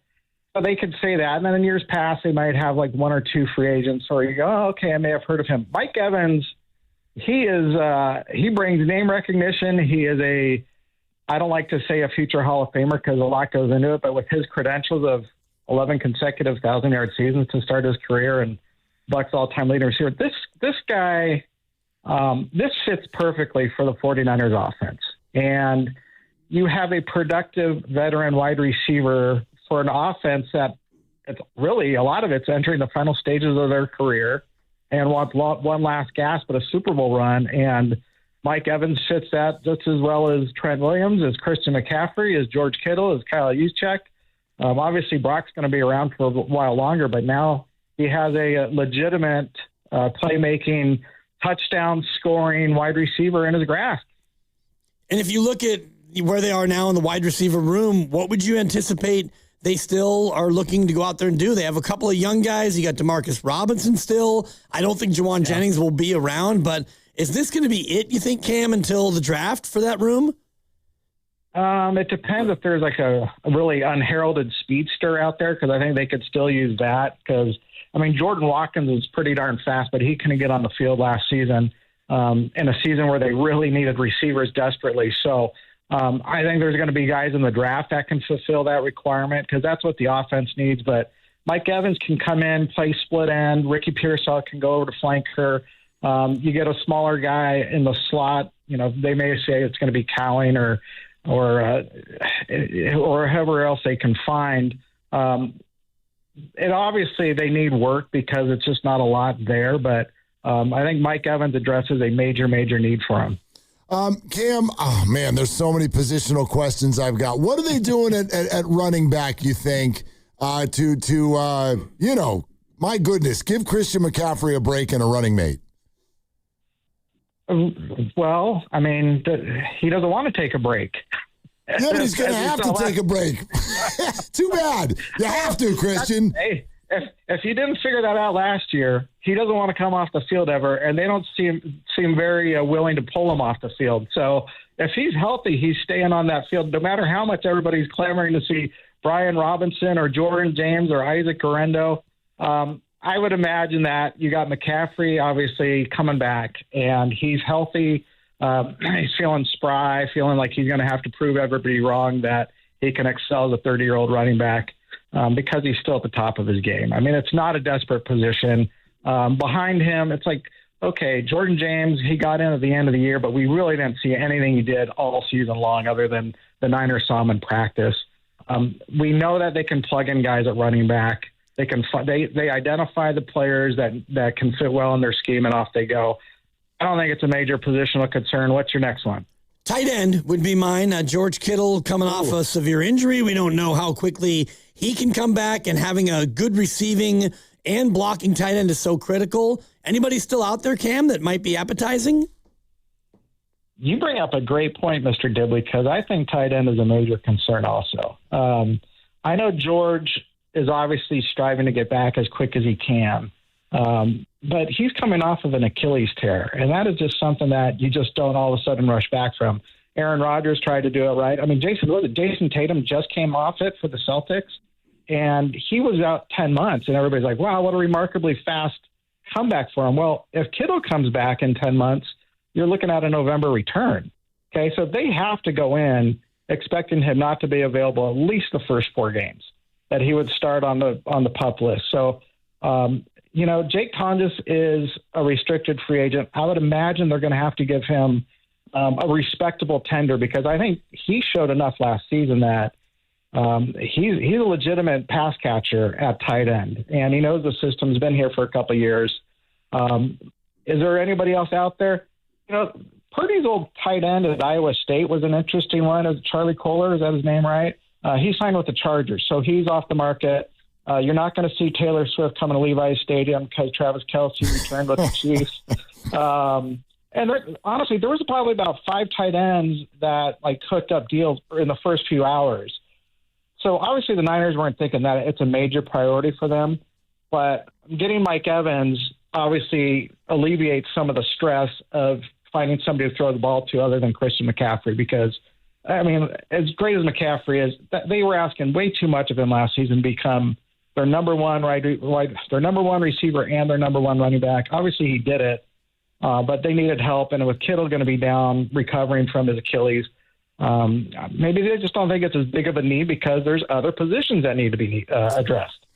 Cam Inman, Bay Area News Group, with us on Willard and Dibbs, talking out Niners Day 1 free agency. Next question is about pass rush. We know they want to address it. How do they do it? And is Trey Hendrickson on their radar? Well, Trey Hendrickson's still on the market, so I don't know why he wouldn't be on the radar. But it does give you concern. I mean, Trey Hendrickson was a pretty good pass rusher with the Saints. And then he went to Cincinnati for the last 5 years, purgatory almost. But he was obviously a dominant pass rusher, defensive end. Niners faced him a couple times, so they know. And then he underwent core muscle surgery, which I don't think would scare them off because, I mean, Nick Bosa underwent that, and he came back fine going into his rookie year. So maybe the medical concern is there, scaring away some teams. I'm sure his price tag is scaring away some teams. And maybe that includes the Niners because they've already spent, kind of splurged on an item here with Mike Evans. And I just don't think that they're in the business of giving out $30 million contracts to guys that are over 30 years old, unless it's Trent Williams, who's kind of hovering around that line right now, and he wants to have more guaranteed money, understandably so. But they're not also poor. I mean, they have a lot of salary cap space. Mike Evans took up some of it, but you also are off the hook of having to pay Brandon Ayuk that $30 million a year with him getting off the roster soon. You're off the hook, but isn't there some cap hit that's going to have to take effect once they officially do designate him as a post-June 1st release? Yeah, the cap is it's all a mirage. Don't worry about the cap. They have cap space. They have money to burn, but they're spending it wisely. I mean, the Tennessee Titans unloaded a ton of money today because they have a new coach. They have a young quarterback, and they need to surround him with a better talented cast. And so they were huge shoppers in free agency today. just spending a lot of money. The days of the Niners kind of spending recklessly, those expired about 15 years ago, maybe 10, because I just don't see Shanahan and Lynch just going, hey, we need to get people in here. Let's spend some ludicrous amount of money. They put a lot of thought into where they're going to spend it. That's why they don't just, let it go to whatever. They use their dollars right now to bring in a big name in Mike Evans. If Trey Hendrickson is wanting to come and be part of a defensive line rotation, great. I mean, I think the Niners, they obviously have a lot of money invested in their 4 defensive ends and Nick Bosa, Mykel Williams, Bryce Huff, and Keon White. But, most of those guys are coming off serious injuries outside of Huff, who's coming off a 10-game sackless drought. So they're going to have to bank that those guys get up to speed and actually produce this season. Cam, we've probably buried one of the leads. You mentioned his name already. What is going to happen with Trent Williams? I don't think I've met or seen a savvier businessman in the NFL. I've been covering for 25 years, savvier than Trent Williams, who understands his leverage, understands how the business works. And when he signed his contract 2 years ago, it was a 3-year deal, right? So he knew going into this year he'd have to rework his deal because players of his stature just don't play out a deal with no guaranteed money. So, and the Niners surely understand that too. And right now they're jostling in terms of contract talks. And the report today that the Niners are willing to trade him, they're willing to trade anybody. They've always said that. It's just what is he going to fetch? Can Trent Williams get you 2 first-round draft picks? Would that make you part with him rather than pay him another year of $30-something million? That's something that they'd have to decide. I would think I don't expect him to leave. Obviously, they're not going to outright release him. That would be foolish because they can get something for him. Is somebody going to be willing to trade away 2 first-round picks for him? Well, look at the Raiders just gave a center an $81 million contract that's essentially fully guaranteed for 3 years. That's a stupendous amount of money. And I don't think the Niners would, give Trent Williams a 3-year, $80 million guaranteed contract. But heck, if I'm him, I'm asking for 3 years, $100 million guaranteed because he plays a much more premier position where the Niners don't have a ready-made backup to go in and replace him. They signed Vidarian Lowe today, who was, a late round pick, and he was on the Patriots. Is that just an insurance policy move by the 49ers, or do you think that they're trying to put a little bit of a shot across Trent's bow? No, Trent would laugh at that if that was the case. I laugh at that. Good joke, Dan. What he does is he gives them another experienced offensive tackle in their room that maybe they can develop into something. I mean, Colt McKivitz developed into a legitimate starting caliber offensive tackle. If for some reason Trent Williams does not return, I could envision them swinging McKivitz over to left because he's had some experience there and taking your chances on the right side with somebody, whether it's Vidarian Lowe or maybe somebody they draft. Because it's not such a, I try not to downplay because right tackle is a very important position. Each defense has great pass rushers on either end now. So, and McKivitz earned his extension by playing right tackle. And the Niners don't like to switch guys a lot. So bring it. Hey, full disclosure, I never heard of Vidarian Lowe until his name came and hit the wire today. And so I said, well, wait a minute. I covered him in the Super Bowl. He played 1 snap in the Super Bowl. It turned out it was on special teams. I may have missed it. But he was drafted by the Vikings. He got traded to the Patriots where he's been the last 3 years. So he's got some experience. Seems like I've watched an interview with him. He seems like a heady guy, somebody that might be able to develop into something. But to challenge Trent Williams the spot, no. Would the 49ers have any interest in a man called Dre Greenlaw? Cam. Ooh. Here's why I think they do. Because they made such a second effort at him last offseason. And they were on the record saying that they tried to go after him again before he, had committed to Denver. I didn't have a problem with them not re-signing him because he was a red flag injury risk. But the fact that they tried and were open about it last offseason, that tells me that they are interested. again, though, he sustained a quadriceps injury in the off season, and that impacted him going into the regular season. Or they can say it was a related one or a non-related one, but he was hurt. He missed 9 regular season games for the Broncos, and so they're going to release him if they haven't done so already. Well, a year after signing him to a 3-year, $31 million deal. I think the Niners like Dre Greenlaw. They like the edge he plays with. I think the whole team kind of misses that bully effect, and you're not going to have Juwan Jennings irritating opponents anymore. I think Fred Warner really enjoyed playing next to Dre Greenlaw.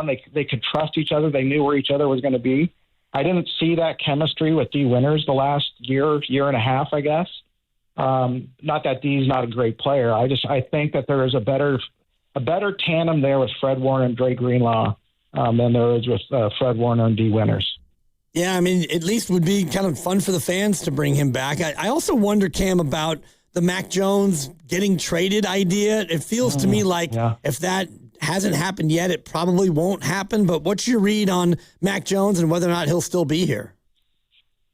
I think there's still teams that could be interested in him. The market got saturated with Tua joining it, Kirk Cousins, Kyler Murray, Geno Smith.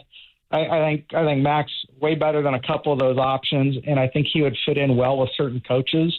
That he knows how to run the Shanahan-style system.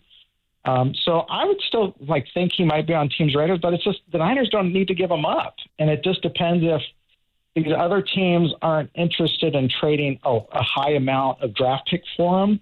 And I don't know why you'd have to do it right now. And, I mean, they could hold on to him, obviously, into the draft. Maybe somebody doesn't like the quarterbacks that are in the draft and trade for him then. You can ride him through training camp. You could ride it all the way into the trade deadline into early November because he's such a well-liked guy. He doesn't feel like he's entitled to the starting job at the Niners because I think obviously everybody understands Brock Purdy is their main guy. He went 5-3. He wasn't perfect here, but he's a wonderful addition to the team. He has his enthusiasm and his joy and his bubbly attitude and his corny laugh. It was such an uplifting thing with the Niners where they'd love to have him back. And obviously it's great insurance to have behind Brock Purdy. And no franchise knows how to carry 2 quarterbacks better in the history of the NFL than the 49ers. Indeed. Cam, great stuff. And I'm not going to promise that we won't call you again soon because there's more coming.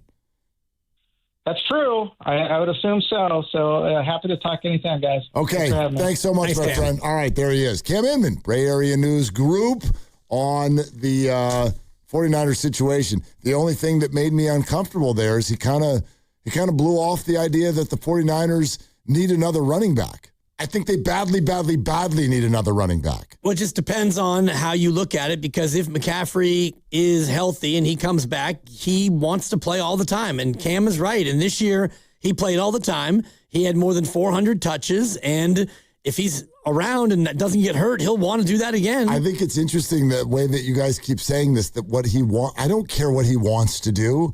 I care what the 49ers want to do. They went 12-5 with him having more than 400 touches, and he was pretty darn productive. Yes. Not as much as a runner, but as a receiver. Right, but I don't know. We watched them all year, and you even said on the show earlier today the Niners couldn't run the ball. And to me, Christian McCaffrey is still great, but has absolutely lost a half a step. And the data is everywhere with what happens after a year like that, where you do 400-something touches. I brought the data to you earlier, Hello. They need another running back. Well, based on the historical data that I pulled up, just from the year 2000, only 3 people after their 8th year in football did what he did last year, which is more than 400 touches.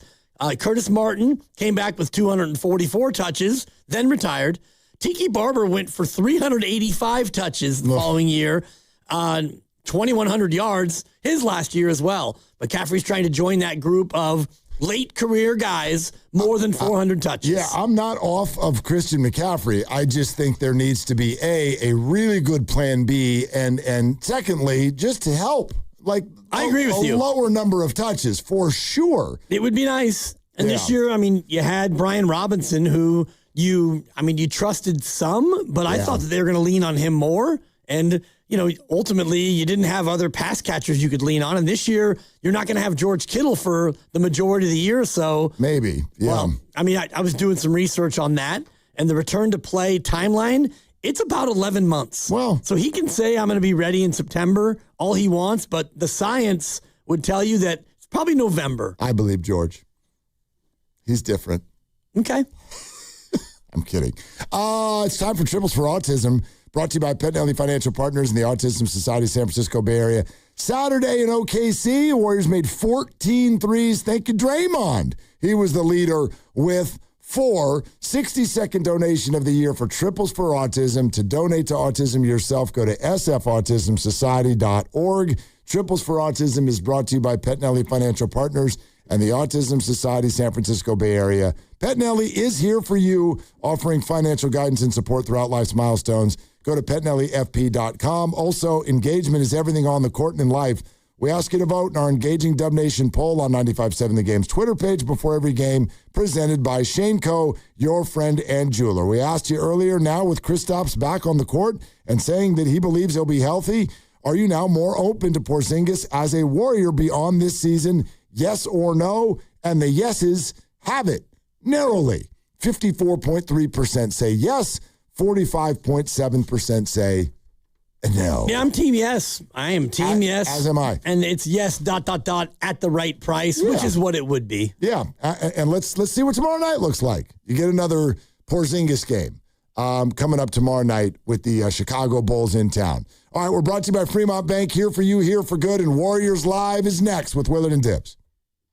And it's Dan Dibley here to talk about Golden State Lumber and Showroom. Are you thinking about new windows? Well, this time of year, you should probably be getting ready to get that upgrade going because the weather has turned and it is beautiful. And you think about it, what if you could feature a floor-to-ceiling masterpiece of the outdoors? Right now would be a good time to showcase it, and Golden State Lumber and Showroom is offering Marvin Vivid Collection. Imagine bold, modern designs with expansive direct glazed glass up to 10 by 10 feet. Or maybe you'll consider sliding panel doors as wide as 22 feet. Golden State respects the fact that Marvin Vivid windows and doors offer high performance, meeting or exceeding Energy Star V7 standards built with Ultrex fiberglass. They are 8 times stronger than vinyl. They've got styles that include opening casement windows, awning, and specialty shapes. And for the doors, you can get sliding, hinged, French interior sliders, and bi-fold doors. Talk with the Golden State Showroom representative about how you can incorporate the Marvin Vivid line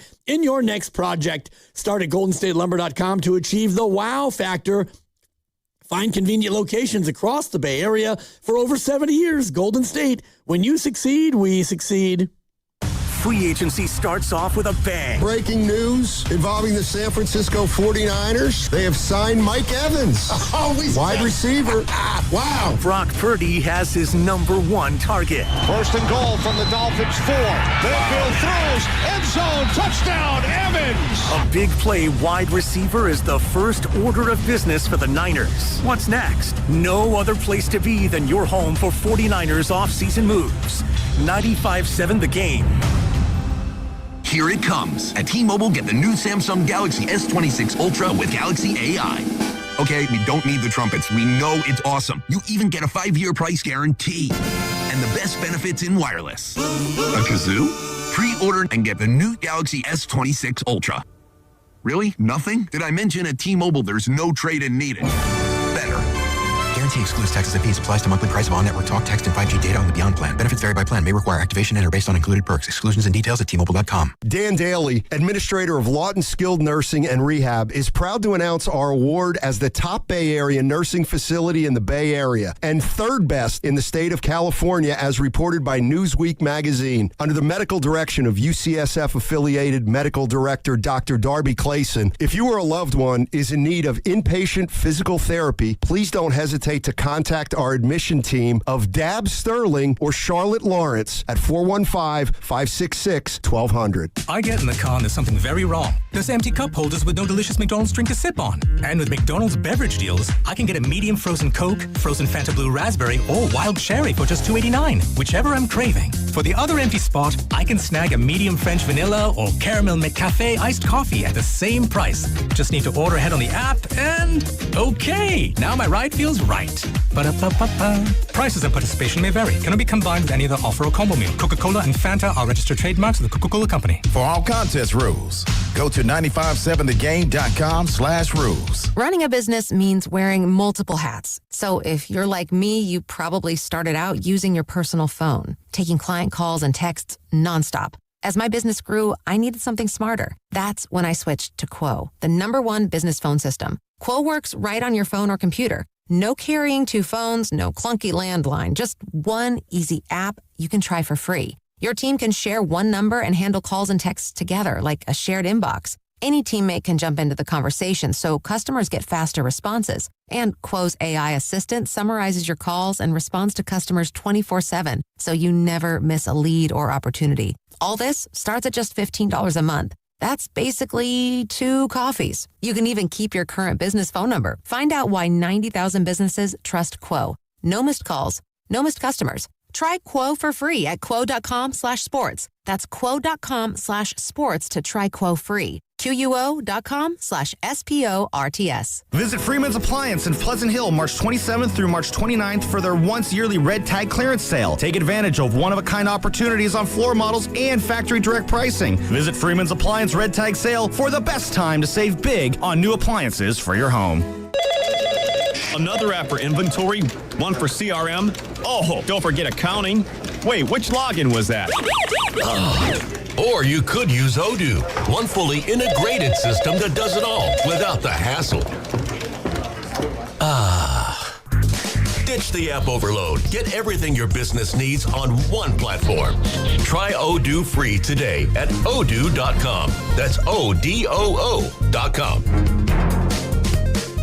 A KFC tale in the pursuit of flavor. The greatest insult the Colonel ever suffered was being served a wrap that was just a snack by a friend. So he took 2 crispy tenders, lettuce, tomatoes, and pepper mayo, and wrapped them in a soft tortilla. It wasn't a snack, it was a meal. He called it a twister, and never called that friend again. The Colonel lived, so we could chicken. The Twister, now back at KFC, classic or with bacon. Also try it spicy. It's finger-licking good. Prices and participation may vary.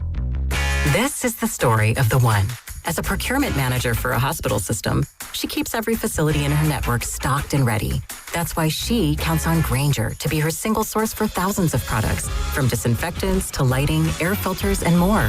And with fast, dependable delivery, Grainger helps her keep every facility stocked, safe, and running smoothly. Call 1-800-GRAINGER, click Grainger.com, or just stop by. Grainger, for the ones who get it done.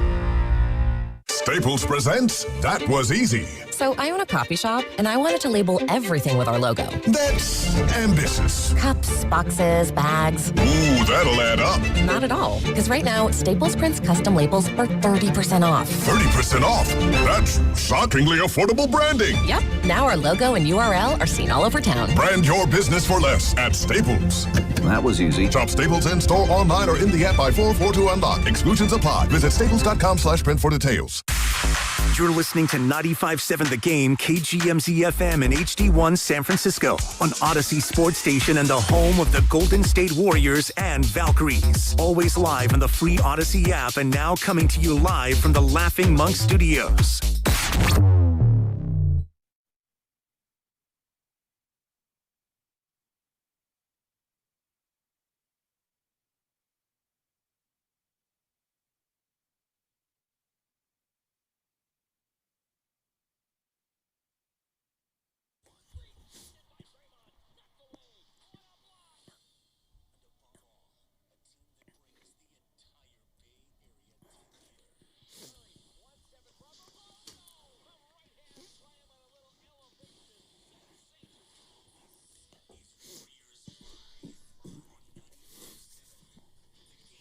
Time Time to wrap up the roadie. The Warriors are coming home after this one. Will it be a 2-1 trip or a 1-2 trip? I tell you what, a 2-1 trip before it started, and you would have taken it for sure, knowing where the Warriors have already been on this trip at Houston, at OKC. They win in Houston. They come damn close in OKC. They've held up well, and now they get to go against the tanking Jazz. Let's see what they do. The Warriors at 32-31, the Jazz at 19-45. Warriors Live is presented by Xfinity. Your home court advantage brought to you by Xfinity. Watch all your favorite teams all in one place. Xfinity, imagine that. Tibbs, you and I have talked about this before. So on paper, based on what we sort of think we know now with what the Warriors have been of late, this should be a good night for them. I just don't know if I've yet arrived at a spot where I can fully dive into expectations for this Warriors group. You can't, because you're still relying on the majority of your team. They're role players, and we always say role players play better at home. Your most accomplished best player is Draymond Green. He's not necessarily always a good scorer. Your best scorer right now is the Poughkeepsie kid, Brandon Porzingis, and he can go cold on you. He essentially is still a young player. He's your youngest player, and he's largely a role player. And then the other guys that you may have, guys who are going to be out, some guys are in. You're still relying on a number of players who don't have the pelts on the wall to where you would look at this and go, yeah, I expect them to win. Well, no, I expect them to win. But I mean, they're 7.5 point favorite tonight. Yep. They're supposed to win. How about that? Instead of I expect them to win. They weren't supposed to win, though, in Houston. No. So, yeah, like what's supposed to happen doesn't always happen. Put it this way. The Warriors are the better team on the floor tonight, especially because the Utah Jazz, as they are wont to do, are, not playing their players. They do have some good players. They're just not playing them. Right. The Warriors have some good players, too, and they're not playing them. It's some because, of them are. Well, out. It's like 2 innings worth of guys not playing. Well, we should get to the injury report because I know before this. It's too late. Well, one of the main questions, and I hate this, but one of the main questions that a Warrior fan asks when they get ready for game night is who's playing. So we're going to have that answer for you here in just a second. Warriors Live is presented by Xfinity. Your home court advantage brought to you by Xfinity. Watch all your favorite teams all in one place. Xfinity, imagine that. I'm glad you also brought up Draymond Green's name already. We've got some commentary from Draymond that we're going to play for you in just a second. But let's go ahead and do it. Today's injury report is brought to you by Boxer & Gerson, Northern California's premier workers' compensation law firm, helping injured workers get their lives back for over 40 years. For more info, visit boxerlaw.com. It is almost an entire sheet of paper that I am about to read. Let's start with the Golden State Warriors. And you've heard that Kristaps Porzingis is back, and he played against Oklahoma City the other night and seen. He's back out again. That's not because something bad happened, though. It's simply because they're not ready to do back-to-backs, and they're going to have Kristaps and Al Horford play in tomorrow night's game. Warriors fly home and play the Bulls tomorrow night. So Porzingis is out as they manage his illness. Al Horford is out. They'll call that left toe injury management. It's also known as the no back-to-backy injury that Al Horford has. So he is also out. Moses Moody out, still has the wrist sprain. Will Richard with the ankle sprain is out. And we know about Steph and Jimmy Butler. But there is someone returning to action tonight who we've barely gotten to see as a Warrior. Seth Curry, with that sciatic nerve irritation, is in. Seth Curry plays basketball for the Warriors tonight. That's pretty exciting. Jersey in the cart. Look forward to seeing him run around and hoist some shots. And based on how often he plays, he'll play tonight. And then we'll see him next year, probably in about November. Now, that was mean-spirited. All right, now for the Utah Jazz, there is one update on one of their top players. Keontae George is available. Had been questionable with an illness, but George is in. Ace Bailey, Isaiah Collier, Vince Williams, and then their two best players, Lauri Markkanen and Jaren Jackson Jr., all out. Markkanen with hip management, Jackson along with Yusef Nurkic and Walker Kessler, two of their other key players as well, are all out for the season with, air quotes, surgeries. Yeah, surgeries. Air quotes. Well, and that's the way that goes. I mean, Walker Kessler's been out for the majority of the year, and you think about Utah next year with Kessler, Jaren Jackson Jr., and Markkanen, that is going to be a massive front court. They're large. Utah's going to be a problem next year if they decide that they want to play basketball. Maybe. Yeah, they're still young and haven't had a chance to gel yet at all. I don't even know. Jaren Jackson, I feel like he played no more than 3 or 4 games. Sounds about right. Before he was declared out for the year. So we'll see kind of how that all plays out. All right, let's get to this. There's been a lot of interesting stuff. We want to get to what Kristaps said after the Saturday game so we can get to the health issues, but this is kind of fun, so I don't want to push it any further. Draymond Green was on the Unguarded podcast, and what a fun podcast for Draymond Green to be on, because that's what he is out at the three-point line. That's mean-spirited. We're just throwing haymakers in this Warriors live. But he is. He's unguarded, is he not? That's why he led the team in threes last game. Indeed. But anyway, Draymond is well aware that a lot of us have been talking about his minutes, how to allocate it. Should he be in the starting lineup? Should he be in the finishing lineup? And he had this to say with regard to his minutes. You want to know who he says allocates his minutes? Himself, says Draymond Green. I tell Steve all the time, like, if we got a group in, people be tripping about my minutes this year, right? Like, oh man, I see people talking like, he benched Draymond. No, I told him to. Like, we are rolling. I will sit over here. Steve will come over like, hey man, you want to go back? What you think? No, we let them go. Bro, I want to win.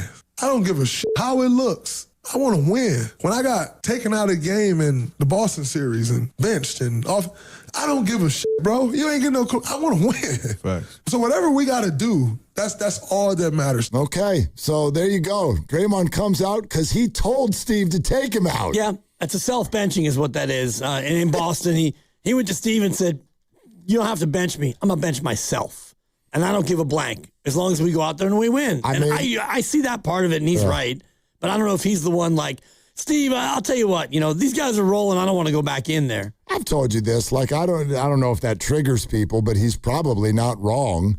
I mean, I do think that Steve has the final call on that at the end of the day, but there's no reason to believe that Steve Kerr and Draymond Green are not in lockstep most of the time. I know they got into an argument earlier this year, and Draymond walked off of the court. And then they kumbaya'd that thing the very next day, and everybody apologized and moved on. He's probably right. Like, I think there's a lot of discussion between your veteran players and your coach, if you've all been together for a really long time, about when do you want to play? How do we want to play this? How you feeling? Are we in? Are we out? I've always found it a little head-scratching. I get it. He punched a teammate. He gets a lot of technicals. He bothers a lot of people. But somehow with Draymond declining, I hear a lot of Warrior fans almost sounding like they want to punish him. You know what you do to Draymond? You trade him. Or you sit him down and you tell him, this is how it's going to... Like, I get it. I just don't think the Warriors as a front office and a coaching staff are going to handle it that way. They don't see it that same way. And, you heard Mike Dunleavy on with us on Friday. You heard Steve Kerr last week, and they have said the same thing over and over, that they need Draymond. Draymond still is playing elite level defense. He was first team all defense last year. He might be near that same level this year. And assuming that he's able to get enough games played, he's sitting on 52 right now. So he needs to play 13 of the final 19. I like his chances to get there, but he'll be first or second team all defense again. And you saw it over the course of the last few games where he was the one guarding Shai Gilgeous-Alexander, and he took on Kawhi a few games back. And his last 3 games, 32.5 minutes, 35 minutes, and 31 minutes. They need him to play. They don't have a lot of other vets and even like legitimate NBA bodies. And so right now you've got to play him, and he's been playing pretty well. Along the lines, that's a good observation, by the way, he has. Along the lines of what I was just saying, though, about people who are like, man, they kept him too long, should have moved off of him a few years ago, never should have done that contract. He would like to address people who say, why is Draymond still a Warrior? A lot of people say, oh man, why is Draymond still here? Draymond has given up a lot of money in staying here over the course of my 14 years because I love this place, right? So I've always done right by our organization. they've always done right by me. You know, and I know people struggle to understand that, right? Like, they're like, oh, man, y'all not sick of him. No, I've always done right by them. I've always given everything I have from a basketball standpoint. Bro, I've sat in draft meetings and free agent pitches and free agency meetings on calls at 2 or 3 o'clock in the morning trying to help recruit a guy, trying to help with strategy. I've done all of that. And so they'll never understand and appreciate that. And that's okay. So then it's just basketball, right? Cool if you don't appreciate it, except there's not much you can really say to me. And when you say, oh, man, it's time for him to go, it's not really up to you because, unfortunately, you know, people don't like to admit it, they hate it. But unfortunately, I was a very key piece, a very key part of building this thing to what it became. And I appreciate the organization for what they've done. I have zero entitlement when it comes to me and the Golden State Warriors. They say I was almost traded for Giannis throughout this trade deadline. But I had gratitude. They don't owe me anything. Okay. You know, I know every time Draymond speaks, it sounds like overly arrogant. I think if you actually listen to what he just said, it's kind of the opposite of that. And nothing in there was wrong. Nothing. We don't know if he was offered more money elsewhere. That's the one part of it. I'm like, no. Why would he say it? I mean, there was the thought that Sacramento was trying to get him. Yeah, trying to get him 4 years ago. For me, it's not even a huge deal. It's not like he was going to get max money and he decided to take 4 years and $100 million. He might have been able to get a little bit more, but everything else he said, he's spot on. He's been a key part of building this, and you can't look at that any other way other than say that's a fact. Has it at times been uncomfortable in many different ways, whether it's barking at refs or hitting teammates or flail kicking Kiwis? Whatever it is about him that irks you, it can irk you, but I'm with you, Mark. The things that he said in that second cut right there, they're all factual. Well, I just think there is, and we've talked about it a little bit, there's a little bit of a healing process that the fan base needs to go through right now. And I'm not telling anybody to not be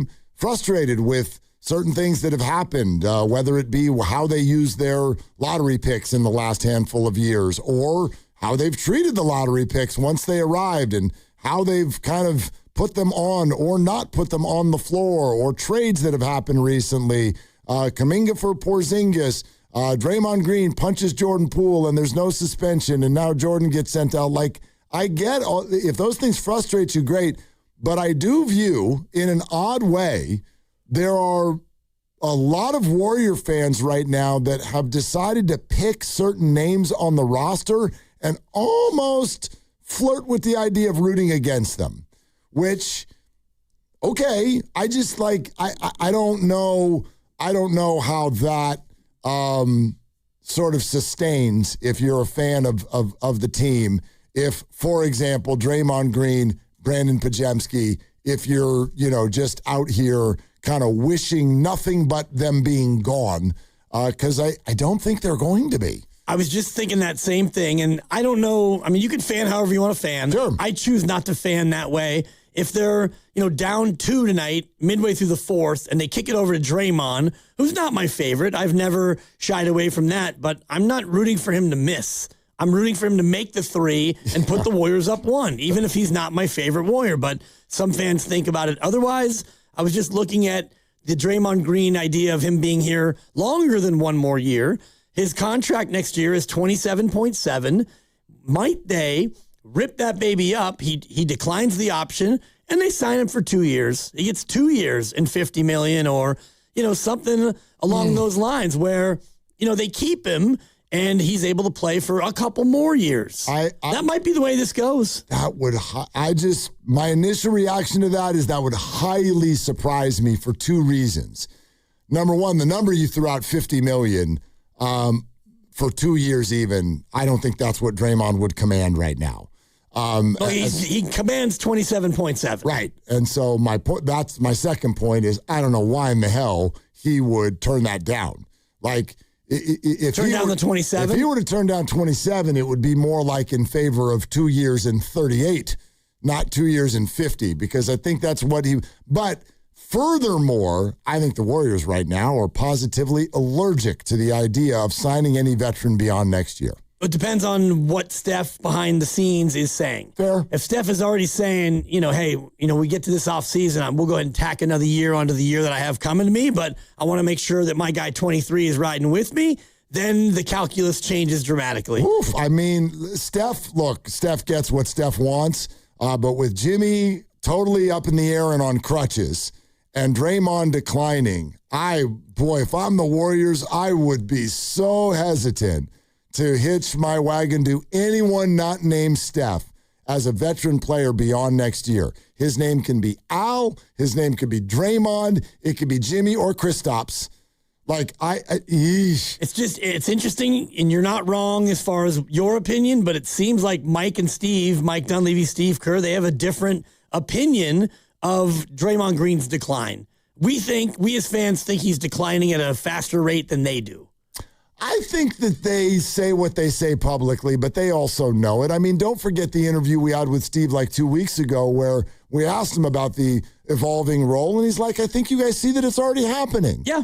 Like, they're not totally shying away from it. I think they're trying to highlight that on defense, of course, which is the side of the ball that us fans don't really watch. They're like, don't forget to watch that he's still really good on that end of the floor. Like, we can't really function without him on the defensive side, and it's true. It's still true. No, he's not as good as he used to be. He's still probably their best. No doubt. And that's why I was just thinking about next year and his cap hit number. The team would love to reduce that. And if it cost you another year of Draymond, I mean, you saw the clip, I'm sure, might have been over the weekend or late last week, of him in the locker room, and Steve Kerr says, who do you want to talk? And he's like, Cryer. So Cryer comes up and he's like, man, guys, we kept fighting all that. And then Draymond jumps in. You see the leadership and the mentorship and the veteranship, all the ships. And he was showing all the ships. And so, I don't know, just was thinking if you could reduce his number next year, which would give you more room to add for next year, but it cost you a second year of Draymond, it's tempting. Not off the table. It's something to keep an eye on anyway. Absolutely. Warriors Live is presented by Xfinity, your home court advantage. Brought to you by Xfinity. Watch all your favorite teams all in one place. Xfinity, imagine that. Okay, fun time. Here we go. It's time for the Take It to the Bank prediction, brought to you by Fremont Bank. Here for you, here for good. I'm going right to Brandon Podziemski because I have what? Go ahead. Were you doing it too? It's my guy. Okay. No, go right to Brandon Podziemski. Well, here's what I was going to say about BP. I don't want to yet call this a hack. It's too early for that. I just feel like it's two shots at getting it right. In Underdog or Prize Picks, his number for points plus rebounds is 24.5. I did this in the OKC game. It hit the over.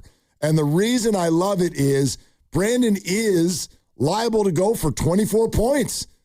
He's also liable to go for 13 or 14 rebounds. So it's almost like you can have two shots at it. He could get you that number because of his rebounds. He might score that many points.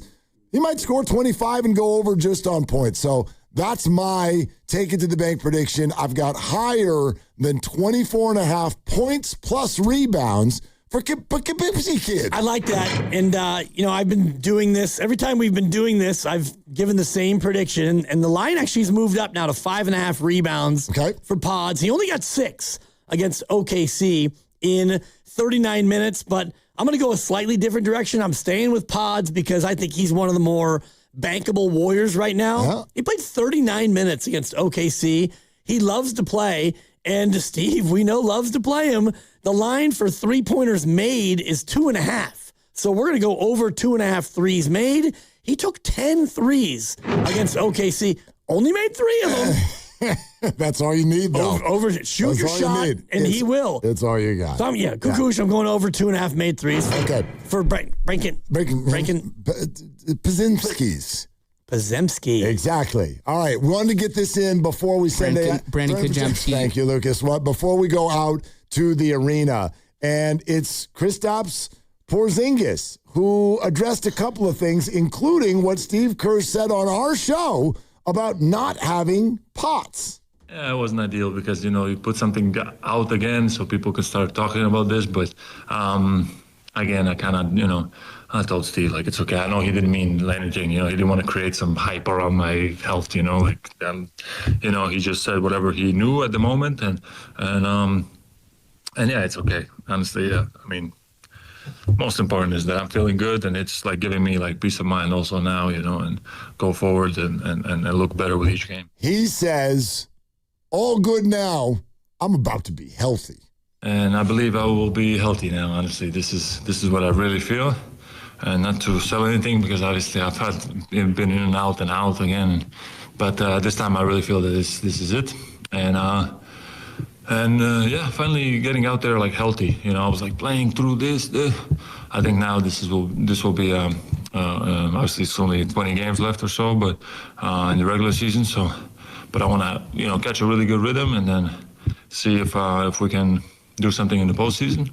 So I'm excited for the opportunity, excited to play with these guys. Okay, here we go. Dubs and Jazz. Warriors Live presented by Xfinity. Your home court advantage brought to you by Xfinity. Watch all your favorite teams all in one place. Xfinity. Imagine that. You want to do it again tomorrow? Yeah, Kristaps is playing. Good point. Warriors and Bulls tomorrow. All right. For Dibs, for Grandy, for Lucas, I'm Mark. Shoot your shot. It's all you got. Out to Utah next. Ready for your next adventure? Welcome to San Francisco International Airport. Your